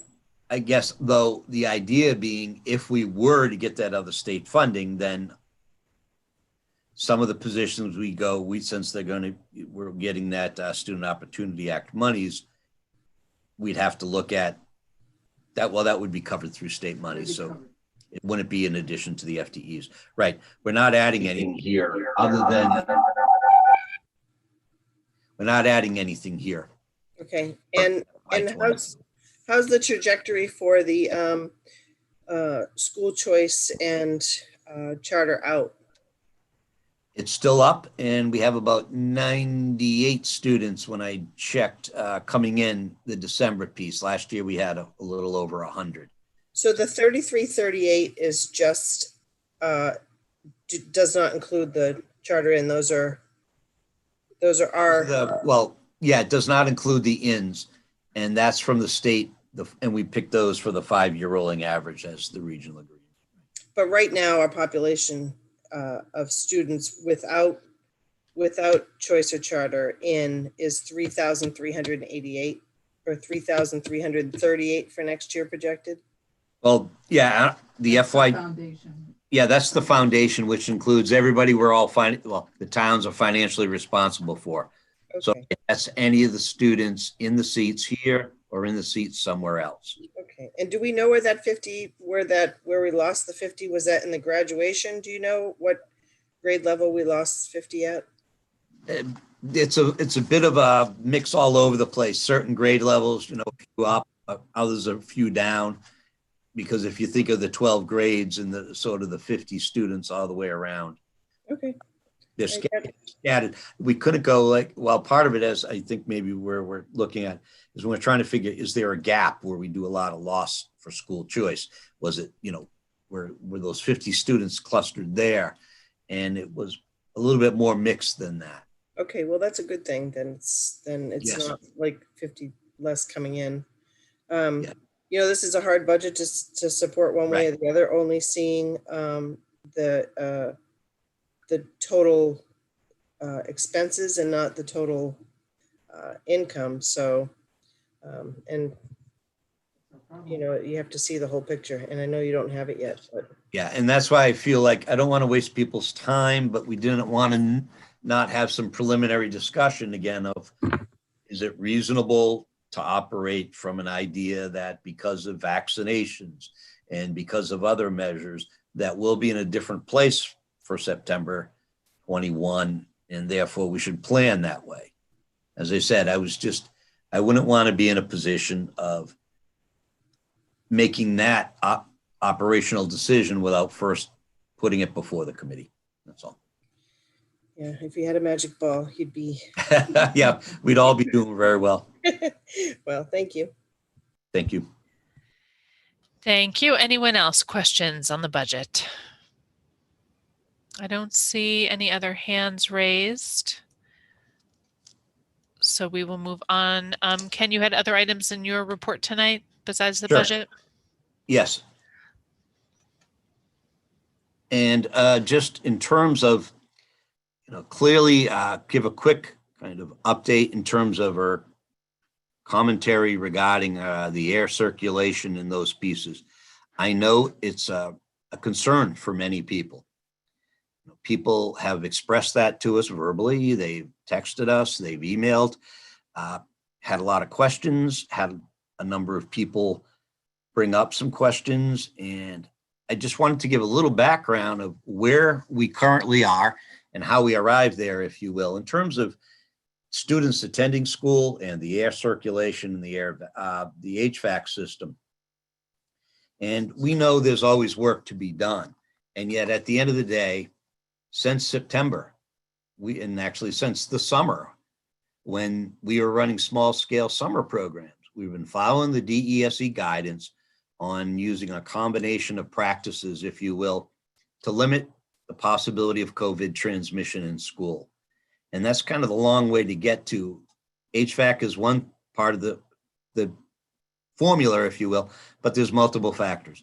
Our school staff have done a phenomenal job, and our students have done a phenomenal job following the masking requirements, maintaining the physical distancing requirements, the hand washing requirements, and the sanitizing protocols. And those are critical elements of whatever you do in combination with your HVAC piece. Air circulation and HVAC. Opening the windows and the doors consistently for airflow, keeping the univents on, even the cold season, when you're sometimes getting more cold air than hot air, it feels like, because of the heating and say for recent days. And the consistent work our subcontractor and Sandy Cashin, our facilities director, her staff, direct staff are doing, making damper adjustments. Our instructional spaces, our classrooms, get 5 to 6 exchanges of air every hour. And that's something the DESE said was where you should look at getting to. And if you got to 5 or 6 air exchanges per hour, well, that may not be perfect and it may not meet all of the ideal recommendations. That was a reasonable level and for schools to stay open. And we've reached that. Most recently, we distributed nearly 250 air purifiers to provide additional mitigation support. So people will know there's, at least in just about every classroom at this point, there's at least one air purifier.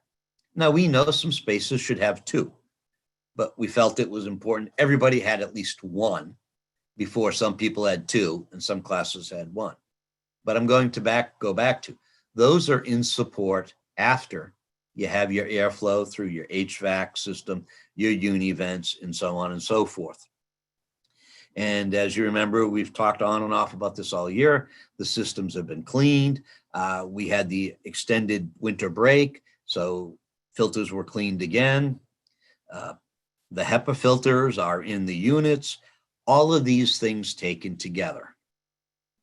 We've attended school with students on site, 80+% and our faculty, since September 16th to December 17th.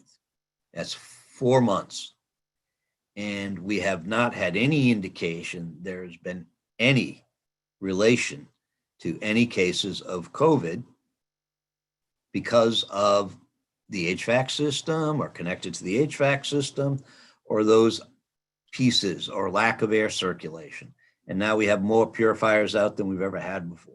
So I just wanted to kind of give that quick summary. I think you have copies of both 100-page reports. We're also using an 18-page checklist, punch list. Sandy Cashin and the team, because some of the things mentioned in reports in December have been adjusted and addressed. And so just to give some background, understand the concerns. When people have specific concerns, we're asking them, get that to us very concretely in writing so we can look at it and at least try to respond. We use the work order system. We have a subcontractor who's in the building schools twice a week minimum, making adjustments. And so those are the factors about COVID transmission in the schools that help with the decision-making about returning this week, that we get the 5 or 6 exchanges per hour in air, and therefore we're in a good place. Is it the absolute final place we want to be? No. Do we want additional mitigation and enhanced circulation? Yes. But those 5 or 6 exchanges per hour make the difference. So. Thank you very much for that report. I don't see any hands raised. We're going to keep moving here to school committee business. We need to elect a treasurer as Brian Carey was serving as treasurer.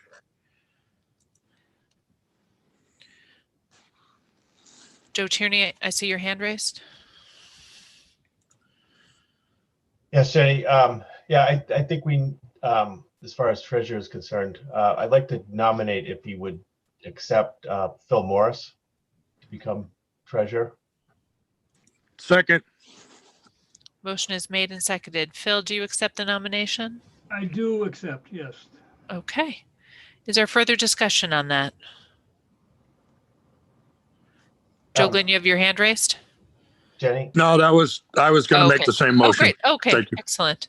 Can you just, or maybe Carol or Ken, can someone just kind of give the duties of the treasurer, just because a lot of people don't really know, and it's not, you know, Phil's not going to be writing the checks to the teachers.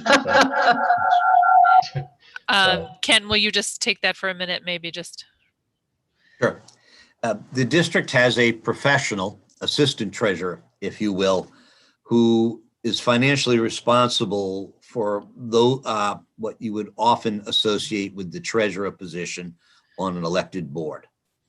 And they're the person who's bonded and signs all kinds of documents and manages transactions and monitors those transactions.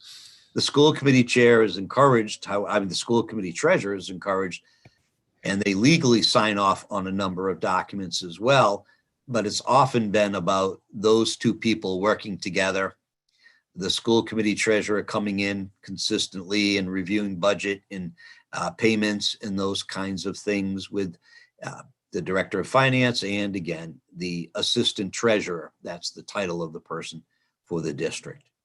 And at the end of the day, you do need that position, and it's of significance legally, because that person at the end of the day is the elected official representing the school committee, monitoring finances and transactions. And so some people are inconsistently, come to the office fairly consistently and get those updates and monitor it very carefully.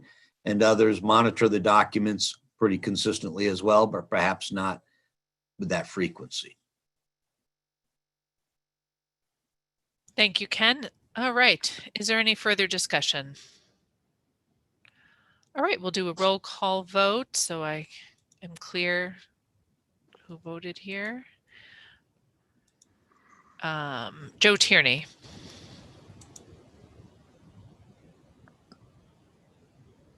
Yes. Jennifer Rose. Aye. Tracy Post. Aye.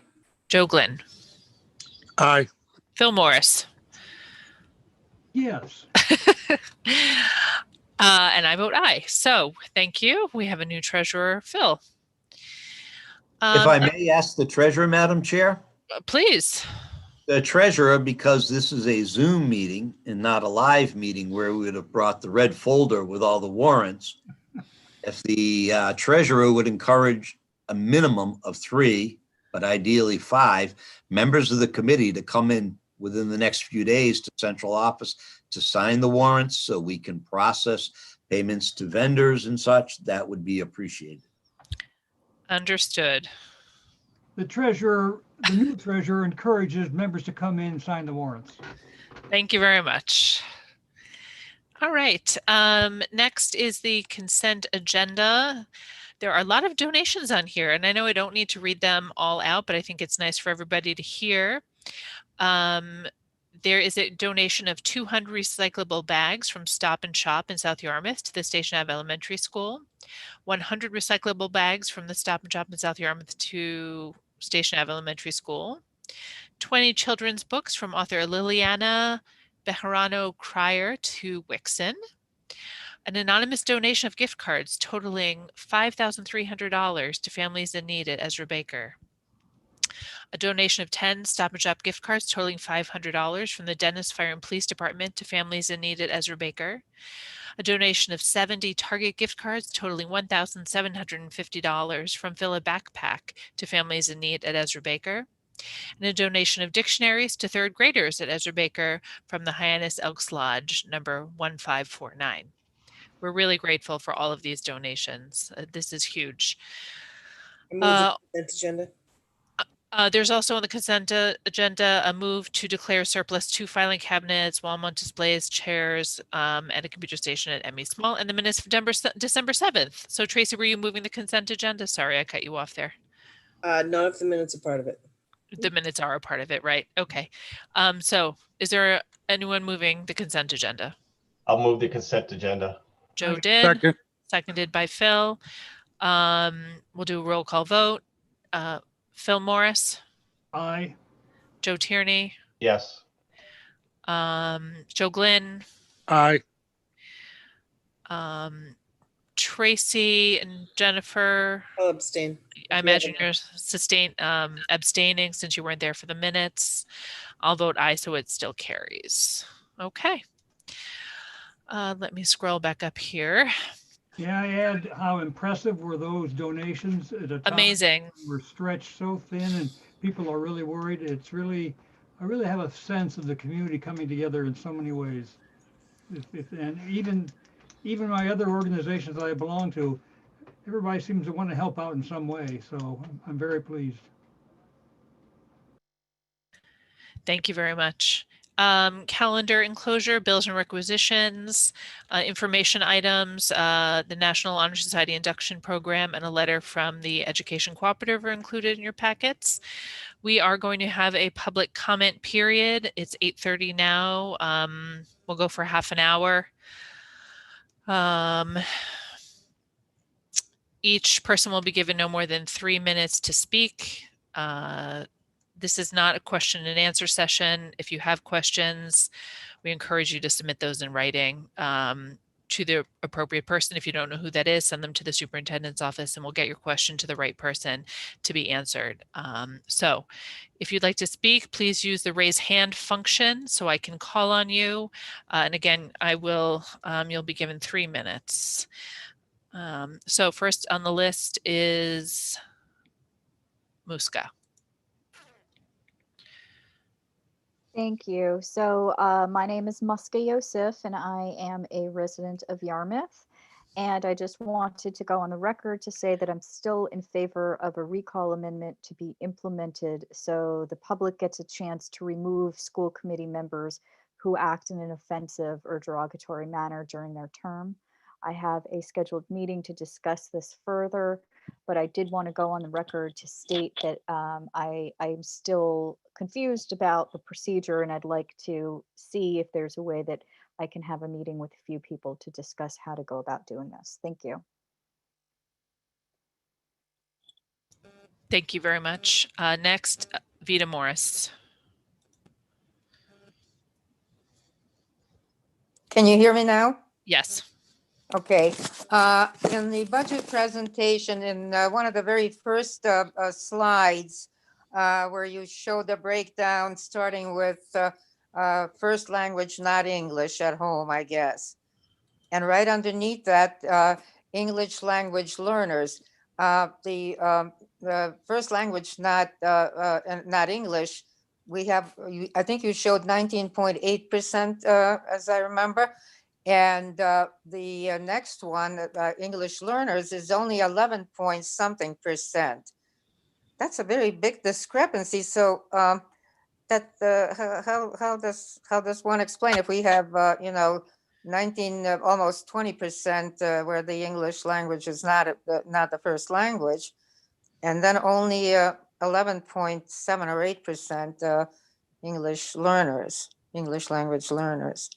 I'm curious, how did that come about? I would encourage you to call Mr. Jenks tomorrow, and I'm sure he can go through that with you. Well, I would think that should have been at his fingertips at this point. I mean, how something like that, that kind of a discrepancy occurred. But they're different definitions. It's 2 different categories. It's not a discrepancy. It's 2 different categories of students. And if you want to know the difference, I'm sure Mr. Jenks can explain it to you, or Carol can. Well, I mean, anything else, Ms. Morris? If somebody's first language is not English, you would think they would automatically come into the English language learner group, more or less. I mean, the youngest ones probably shouldn't, but this is where I'm curious, where does the discrepancy occur? Again, I encourage you to call Ken or Carol and discuss this with them. You have a minute left. Do you have further comments? Not at the moment. Thank you.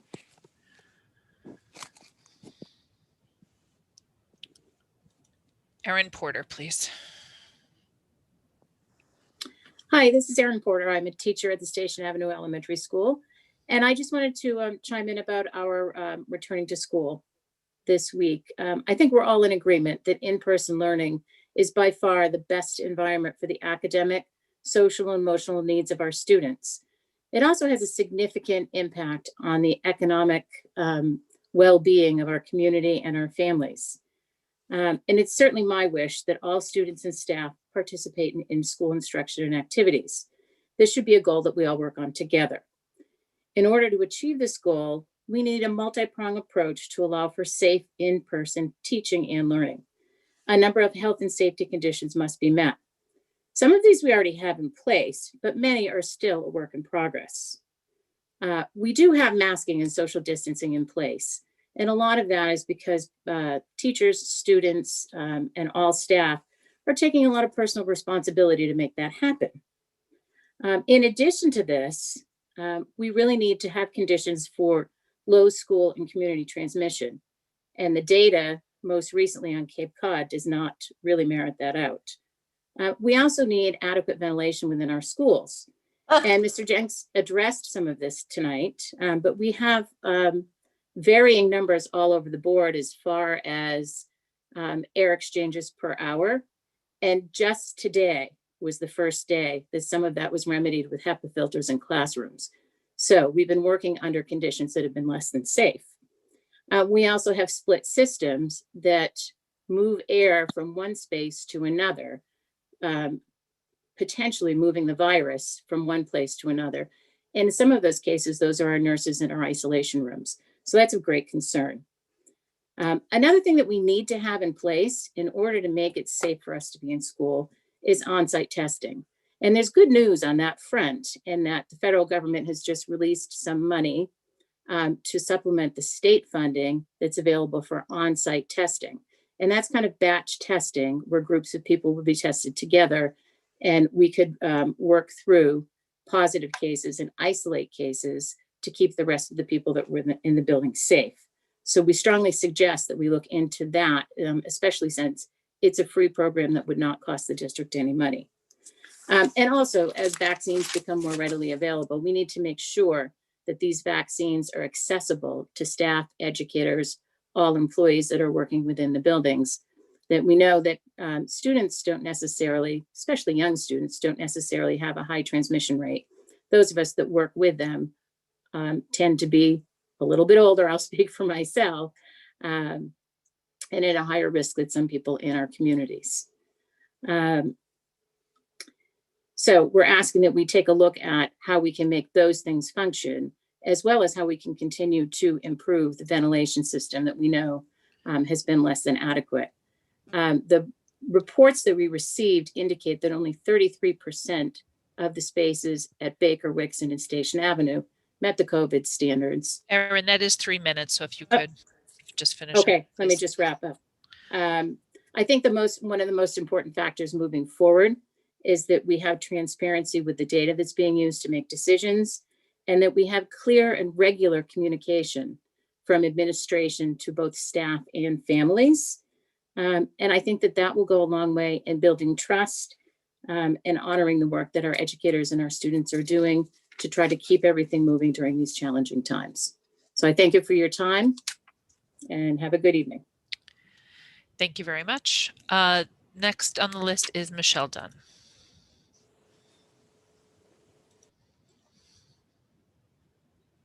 Hi, can you hear me? Yes. Thank you. Hi, Michelle Dunn. I'm a 5th grade teacher at Wixon and I am president of the DYEA.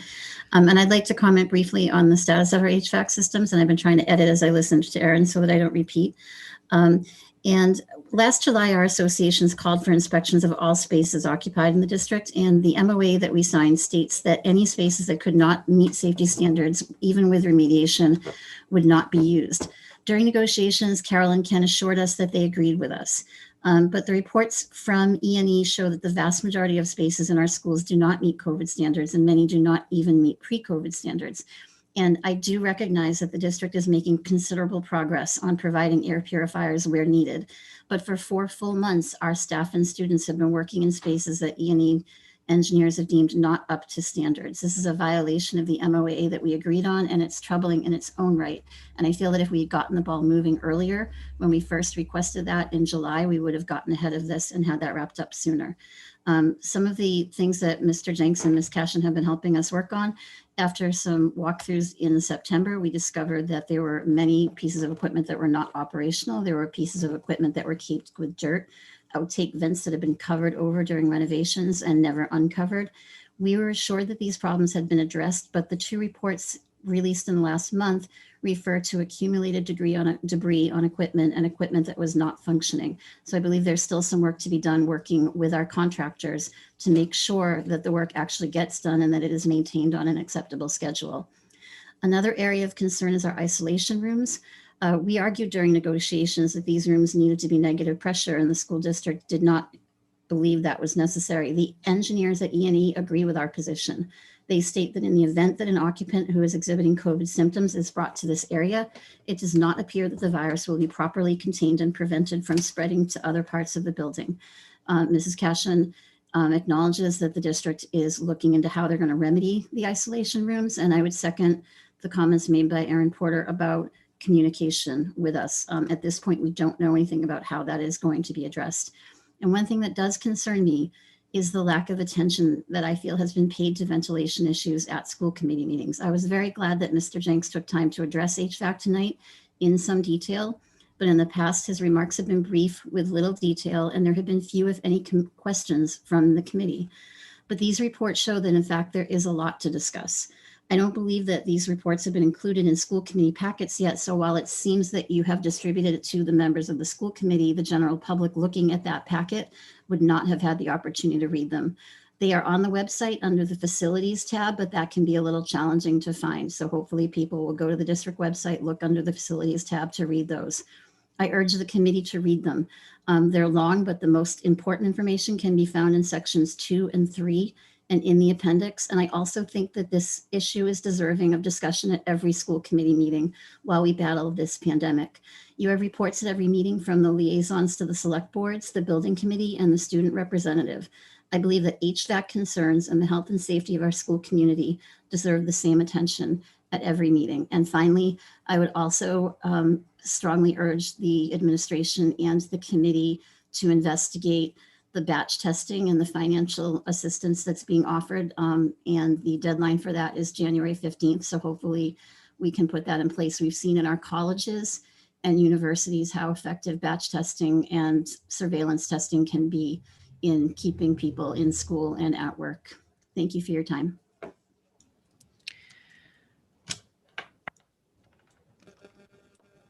Thank you, Michelle. Next is Zane Fitzgerald, please. Good evening, everybody. Wanted to raise my hand as a parent who's involved in the process itself. I wanted to share a bit of frustration about what I perceive, either fairly or unfairly, a lack of transparency. Again, it could be conceived as unfair to say it, but and I understand it's an impossible situation that we have here, and there's absolutely not a clear right or wrong answer in any capacity. There's not one clear what it is, but I don't understand what's changed from late December when the decision was made to go home, as the Cape hospitals have filled up, and now we kind of come back, and I would hope for a little bit of an explanation at time to time about what the thinking is behind these decisions, and I would be more than understanding and patient with whatever it may be. Also, I was disappointed not to hear any discussion about the batch testing coming up today at the meeting. That was something I've been reading about over the last week or two. And, there could be reasons why it's not for Dennis-Yarmouth, but I don't understand why it wasn't talked about, and hopefully it's at least talked about behind closed doors. But it would have been nice to hear, hey, this is something that we're considering, just so that we could all hear a bit about it. So again, not beating the drum too hard here. It's an impossible situation, but I don't think more information is worse. I think more information is better. It helps people have a greater confidence. I'm sure everybody has the right intention. So that's it. Thank you.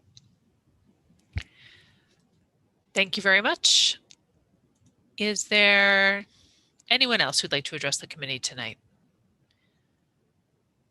I don't see any other hands raised by participants, attendees. Now's your chance.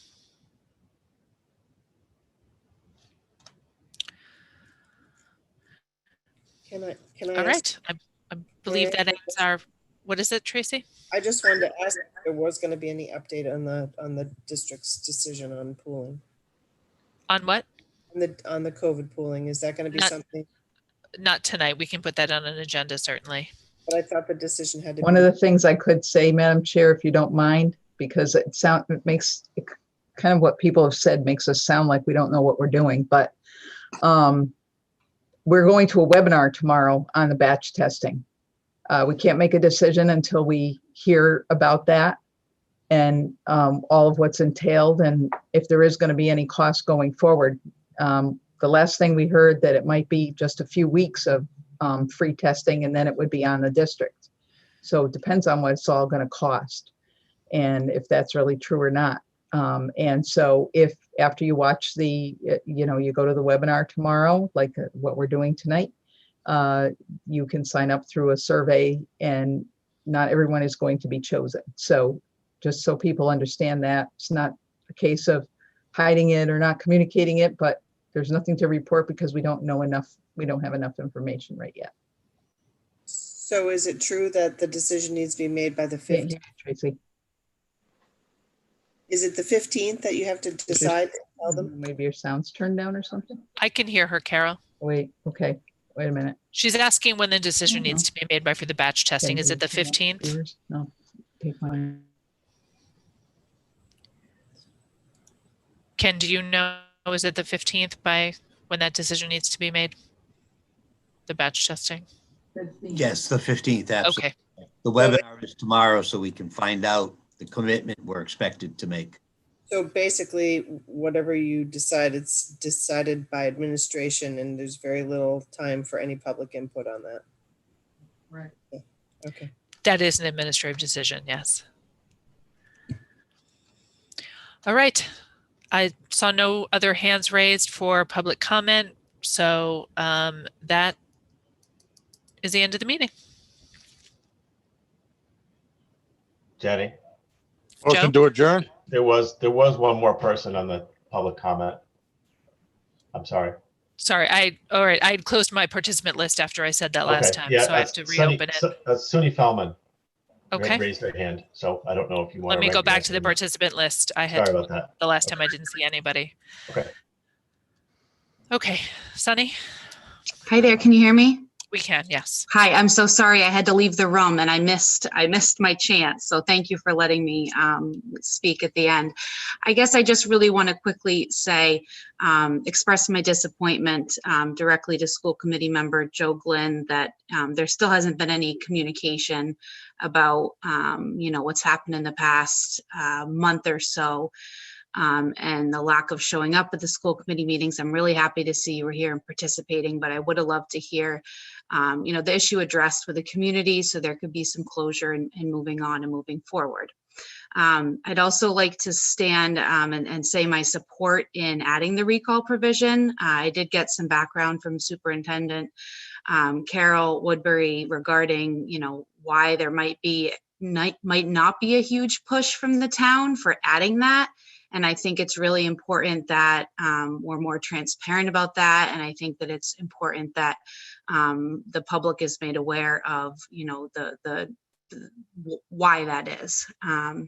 I stand in support of it. And I think that moving forward, I think that Tracy Post maybe she had made a comment about anything that wants to be added to that warrant for public meeting needs to be added. And I think that is something that needs to be added. So I encourage the school committee to discuss that more. And I hope that you can vote in favor of adding a recall provision to the regional agreement. Thanks again, everybody. Have a good evening. Oops. Okay. Anybody else for public comment? Move to adjourn. There's a motion to adjourn. Is there a second? Second. Second. All in favor? Aye. Phil Morris. Aye. Aye. Aye. Aye. Okay, meeting adjourned. Thank you. Thank you.